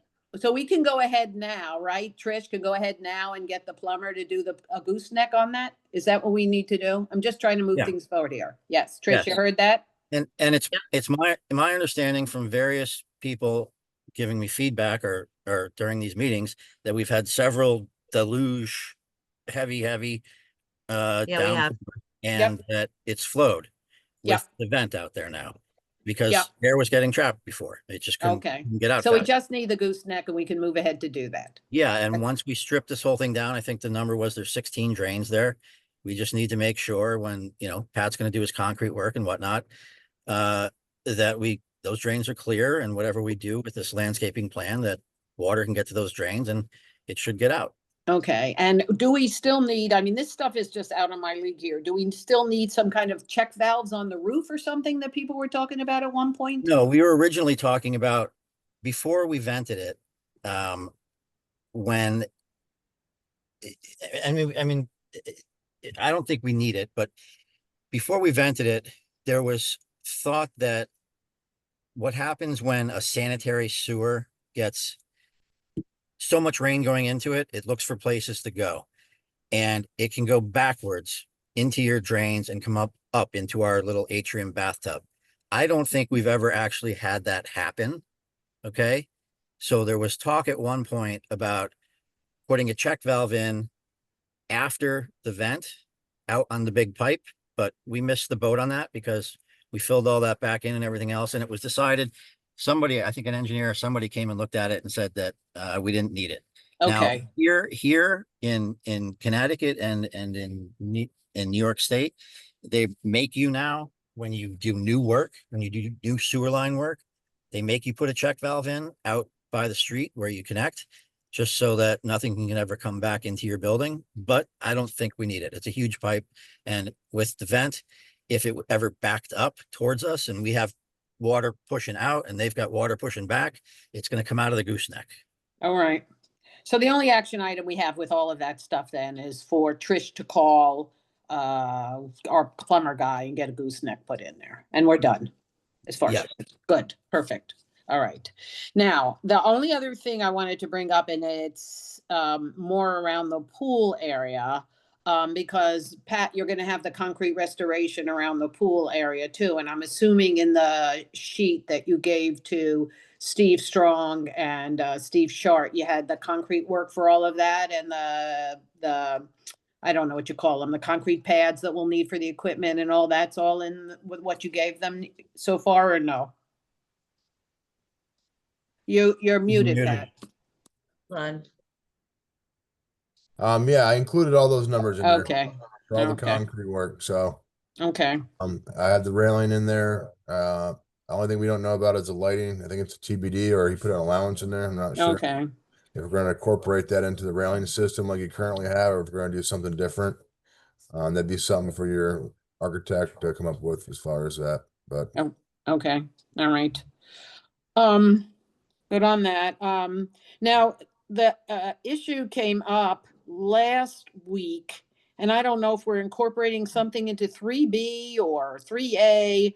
And this was something that Dan brought up, and that's some of the other railing stuff around the pool. Did we resolve what we ever had to do about that, going down the steps and the freestanding rail that's going into P2, Steve Short?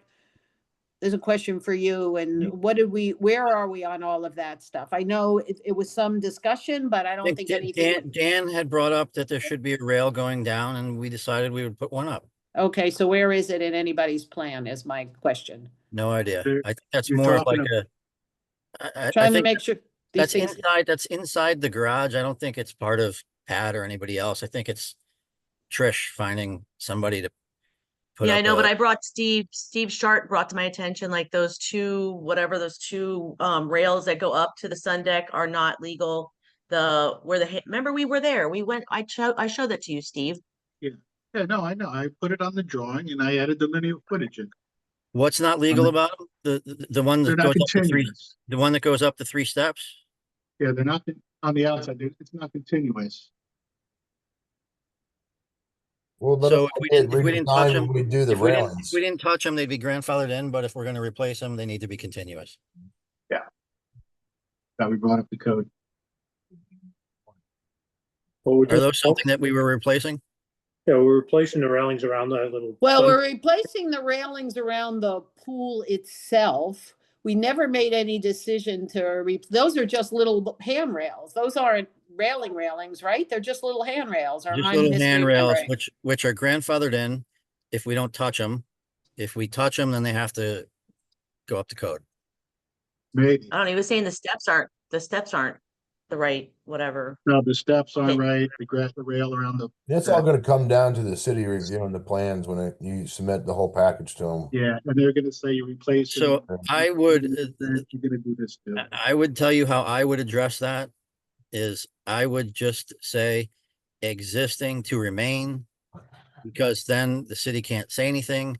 And then if we want to do something with those rails afterwards, we do something on our own. You don't need a permit to go replace 6 feet of rails on each side.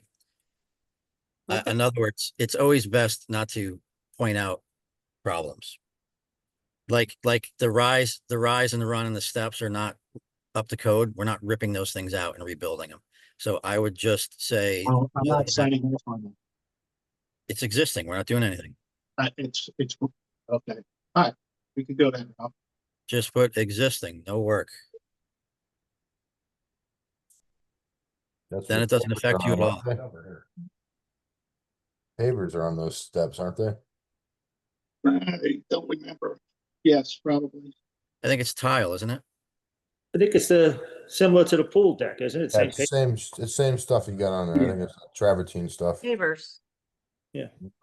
So basically, at the Okay. pool area, we want to do the curbing that's holding the railing. That has to be That refurbished. has to be redone. The railings themselves and the lighting.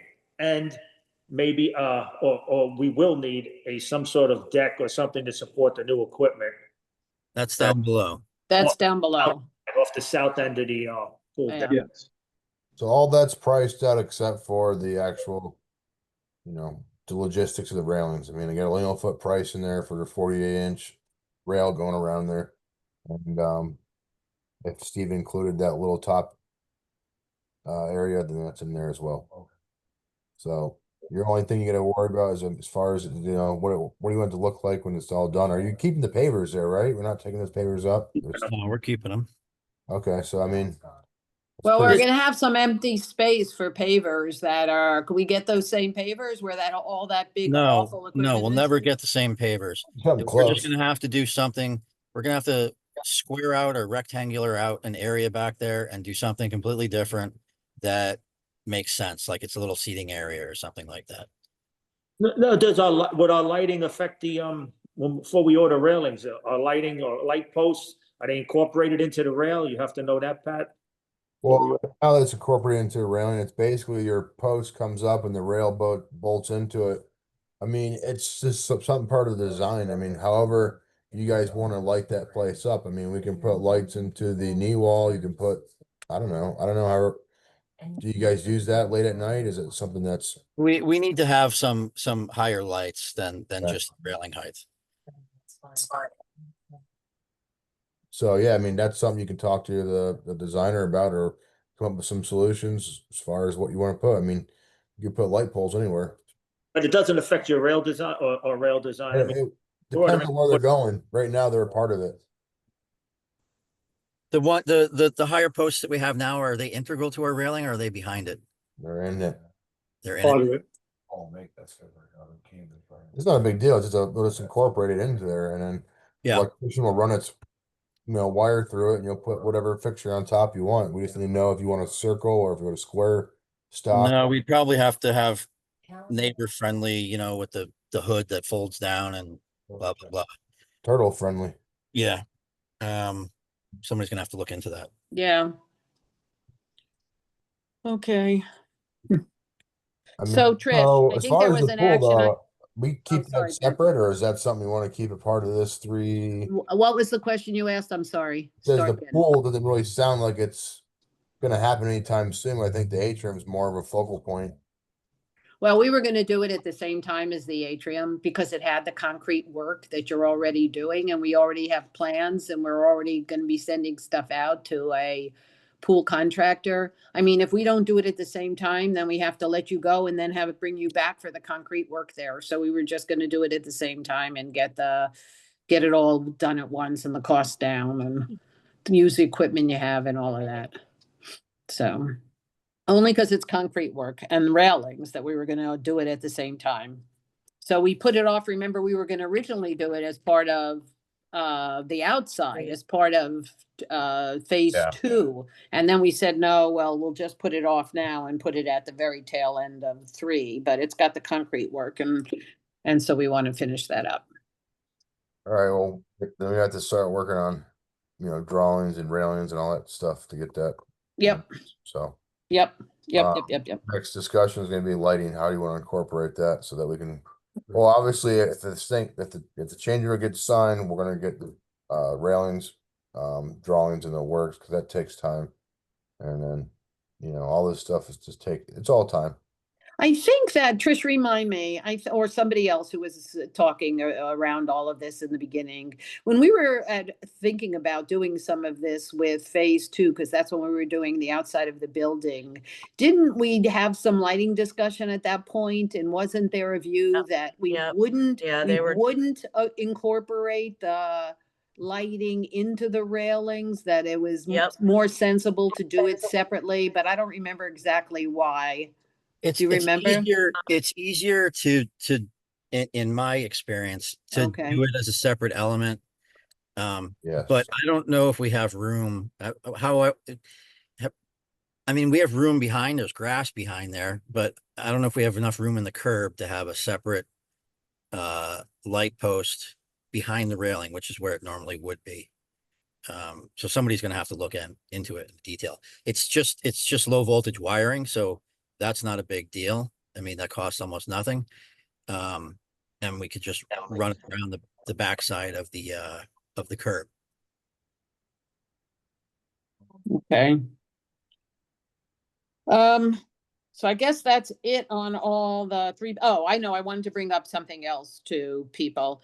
At the last board meeting, Cindy brought up this issue of maybe we want a saltwater pool, and if we're changing some equipment, the saltwater instead of the chlorine. I don't know how our owners are gonna feel like that. I don't know if Well, people the want saltwater pool, you still use chlorine. You just don't use as much. less. Yeah, Harsh. Leave it. Did we get our permit from whatever that and overpriced engineer gave us? Get the pool permit, and then we'll price that stuff out 2 ways with the pool people. I was gonna say that. That's exactly what I talked to Steve Strong about. That was his view too. Price it out. You can price both of them out and see the difference. And if Yep. people want it, well, they can. So that's where we were on that. I guess I'll open it up. Any other questions for Pat? That's all the things on my agenda. Trish, that railing, you'll move ahead, as well as the thing about the gooseneck, the freestanding railing going down those 2 steps or 3 steps there that we have. Yep. Okay. Any other questions from the owners while Pat is still here on anything you need to ask Pat or Steve about? Claire, it's Hilton. Yep. So, hello, everybody. So I had a question about the new pool thing that we're doing. So we have 4 garage ventilation fans on the south side, and in order to make them last very long, we're supposed to wash them down every 6 or 12 months. So I was wondering if there was some way to have a hose so that the maintenance people could actually wash down the fans, somewhere to connect a hose, or if part of the We have one irrigation on that system. side. You do? And okay, and the Yep, hose we will do. reach like the furthest We'll have fan to get a close- longer hose. We'll have to get a longer hose, but we do have a hose connection in that storage room that's along the south side of the building. Okay, and do we have irrigation like on that side for those bushes? Yes.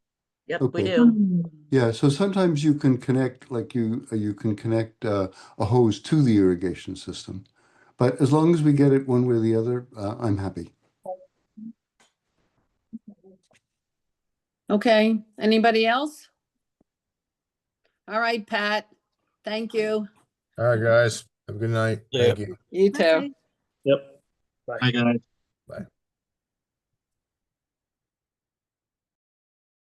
All right, the next thing I had on the agenda was the contract extension with Flax and the contract extension with TDC. I guess Pat has gotten in some of his numbers, so we'll take a look at that. And Joe, I think you were talking with TDC. Where are we on that?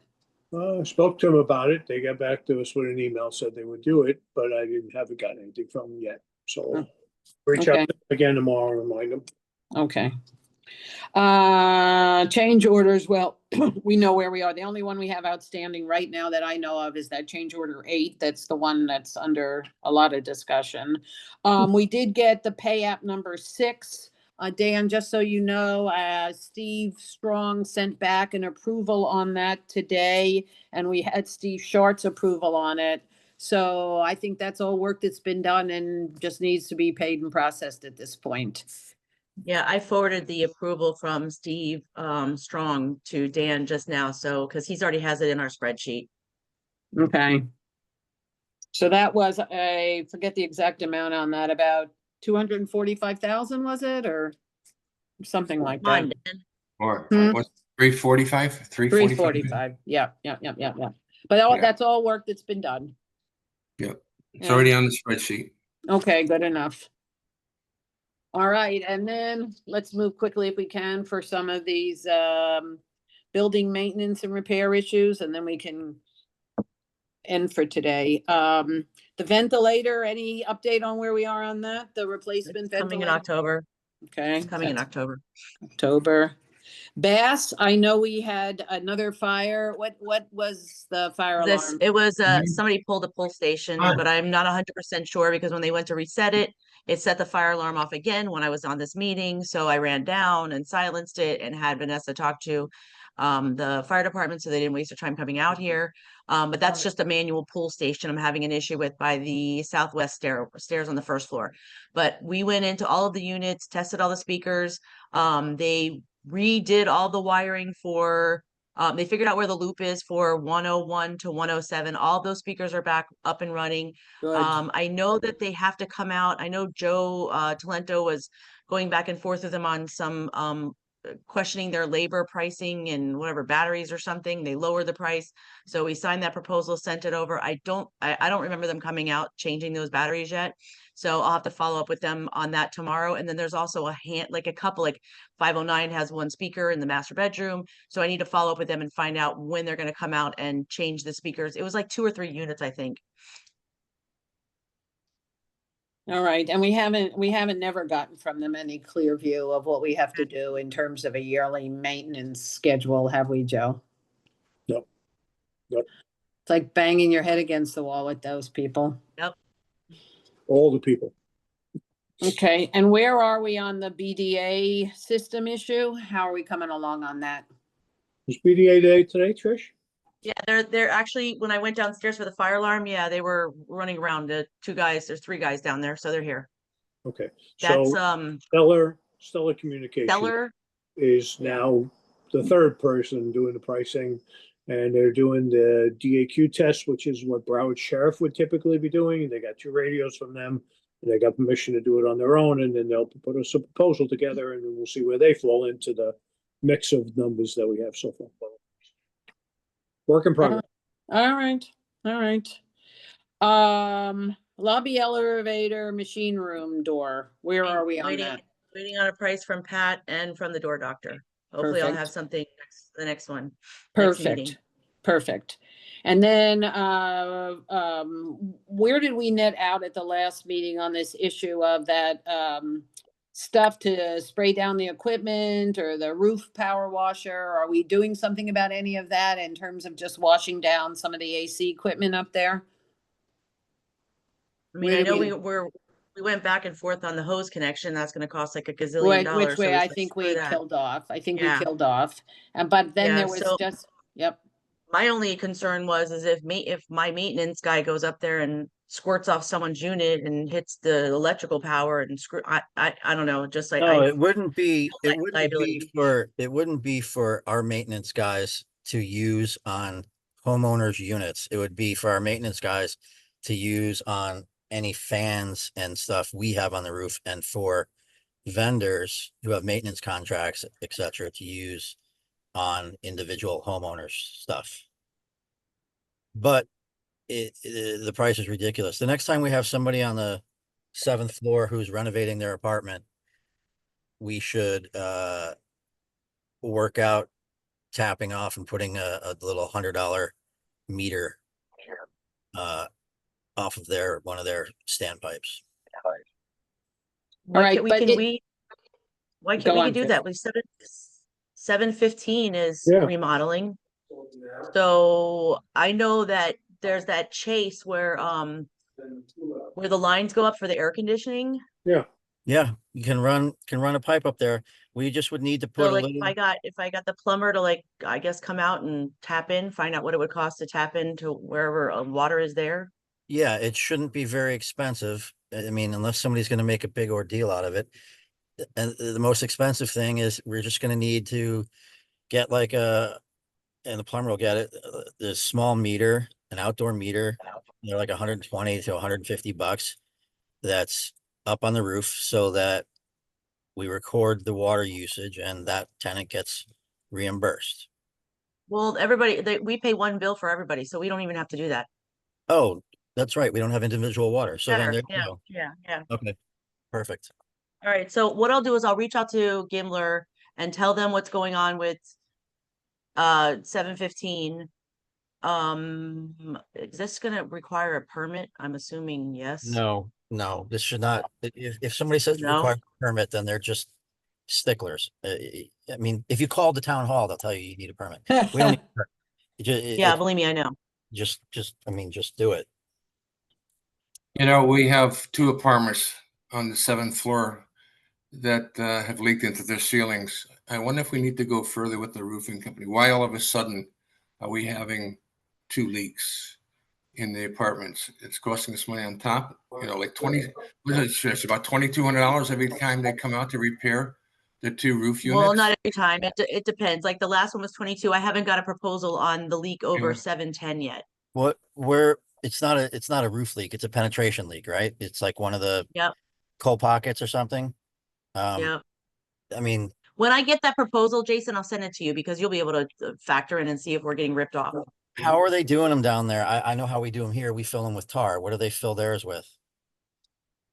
I don't know, some patching stuff. I'll send you the last bill that Right. we just, Okay. so you can see what they do. When's the last inspection, Trish? At the beginning of the year?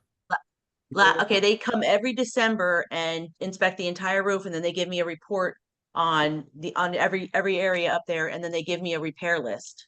Okay. Do we want to wait until December before, or do we need them to come sooner to make sure we have no other leaks? All of a sudden we have 2 and they're becoming very expensive for us. Paying on the roof and paying in the apartments as well. The problem is with those pitch pockets, anytime, like, I don't know what we have coming up through them, but I'm assuming we've got air conditioning stuff coming up through there and whatever Mhm. else, probably electrical, is that whenever somebody does work, if they have work done on an air conditioning unit or something and somebody's yanking around on stuff that comes up through those pitch pockets, then you end up with a tiny little, hole in the pitch pocket, and that's where you get your leak.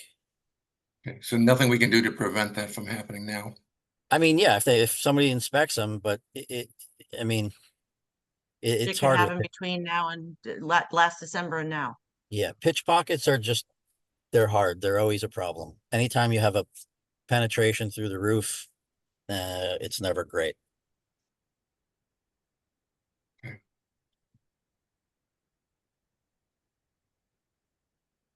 All right, any other issues anybody has? That's my whole list. Anybody, owners, people are able to unmute themselves if they have Oh, anything. hold right, on. Trish? No, hold on. Now they can. Okay. Anybody have any last things before we close this meeting today? Yeah, Claire? Claire, I'd like to just talk about Double tap 1. the 5 1 alarm. 4 2 9 9 8 7 1 5. Incoming call 1 5. What is that? Hilton? Go ahead. Okay. It was Hilton. I muted. Okay, go ahead, Ray. Yeah, with this Bass alarm. Trish, do we know that this was another pull alarm? Yeah, that's what they told me. They told me that the pull station by the southwest, on the first floor by the southwest staircase is what was pulled. And there's no cameras over there? We have a fisheye by the service elevator, but it's not close enough to that door to see. Yeah, but if you It's like say, actually you where might- Scott's apartment is, we have a fisheye there that you can't really see that far over where the stairwell door is. if you Right, but- said they reset it and it popped again, it's probably a bad. I think Pull. it's a bad module. Yeah. Yeah. Okay, but It we doesn't had, look that old either. Like I sent a picture of it to Lento and it doesn't look like it's in that bad a shape. but we had one of these before where somebody actually pulled the alarm, correct? Yes, we did. Yes, we Okay. did. So I'd like to make a suggestion that, I don't know, did anybody report that did we do a police report on that? Because that's a crime. Did we? I don't remember if we did. No, we didn't. We didn't do a police report on it. Well, I think you should. You can do it retroactively because they were probably here. You should also put a letter out to all the owners. We that- did at that time, did we not? We did put a letter out. We sent an email out. We told everybody it was pulled. No, I Oh. understand that, but you got to tell them that who's ever doing it is committing a crime, and that we are going to hold them accountable if we catch them, and they're going to go to jail.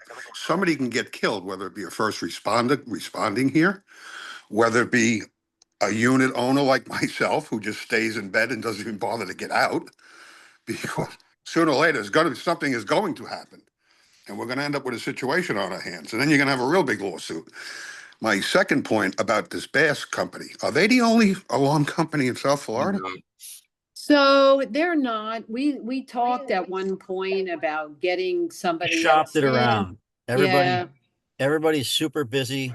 They didn't want to deal with an old system. Hold on a blah, blah, second. blah, blah. We looked at 3 different places, Ray, and their Right. maintenance charges alone on just everyday monthly monitoring and stuff like that was 3 times the price we're paying for Bass.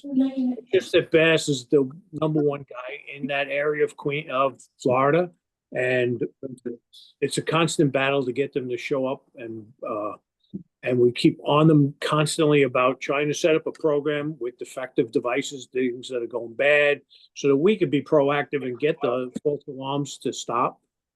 In a way, I was happy today to hear that a pull station was pulled, because it didn't mean that this device went off. When you say, Trish, that it went off again today, was it while the guy was fixing it, or he had left already and then it went off again? Well, when I left to come up here, because I had my first meeting at 2, he was down there working. So I don't know. I don't know if when I went down there, I didn't see him because I just ran down there and I was like, oh my God, what the hell's going on? And that's when we reset the silenced the alarm, and I ran back up here. And I told Vanessa to let me know what happened. Just so Okay. everybody knows, in Florida, the first time you're caught pulling a fire alarm, it's a misdemeanor with a fine, which basically is a slap on the wrist. But the second time, it's a 3rd-degree felony, up to 5 years in prison. When you're done, I need you, okay? Well, I just think if a letter went out. I agree, Ray. I think a Advising letter. people that, it's a crime, you're putting people's lives in danger. Bass, I I can understand, draft something. I understand costs, and I'm a big person to save money. But there's got to be a breaking point with this company. I mean, So when I missed something, I'm sorry, my husband was leaving and we had an issue, but with grandchildren. But when we talked to Steve Strong about it, back when we first started talking about it, he said to have, if I remember correctly, to have ADT come in and rewire and do their stuff for something like $180,000, wasn't it, Joe? Am I remembering correctly? It was some crazy number There was like that. crazy numbers that were thrown around. Yeah, crazy numbers. Yeah. That's why we stopped that, because that was my original thought, Ray. The fire alarm systems are very proprietary. There are people who know what's in your building, and they got you, and they've been there since day one. Even when I think they replaced the system, 15 to 20 years ago, Bass was still the logical choice to use there. You can price things, but it's kind of, I don't know how to say it. You're our internet. You got Hotwire, and Hotwire is your option. Up here in New York, it's Optimum, and you got People just don't want to touch it. It's like bringing your Volvo to the Honda dealership. They don't want to work on it, no, I understand all of that, but let's assume that Bass goes out of business tomorrow. What are we going to do? You're They're gonna have not to do going out of something. business. They just got bought. They just got bought by a huge company. So now they're actually Science something. So now they'll be worse. Well, we looked at it all, and No, I get it. There didn't seem, but I agree with you on the letter. I think if Right. I didn't know till we sat here that we had another potential pull. I don't know if it is or not, but we can get out a letter and say it looks like we may have had somebody else pull a pull station. We want everybody to be aware that it's a criminal offense, first time misdemeanor fine, second time felony, lives in danger. We can get something out like that. I think that's good. But we did look at the whole fire alarm thing. We really did, and it.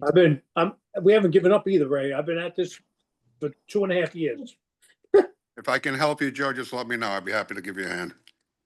You just have to go to Bass's office and grab one of the techs and bring it to me. I gave up my guns when I retired. Why'd you do that? Thanks for the offer.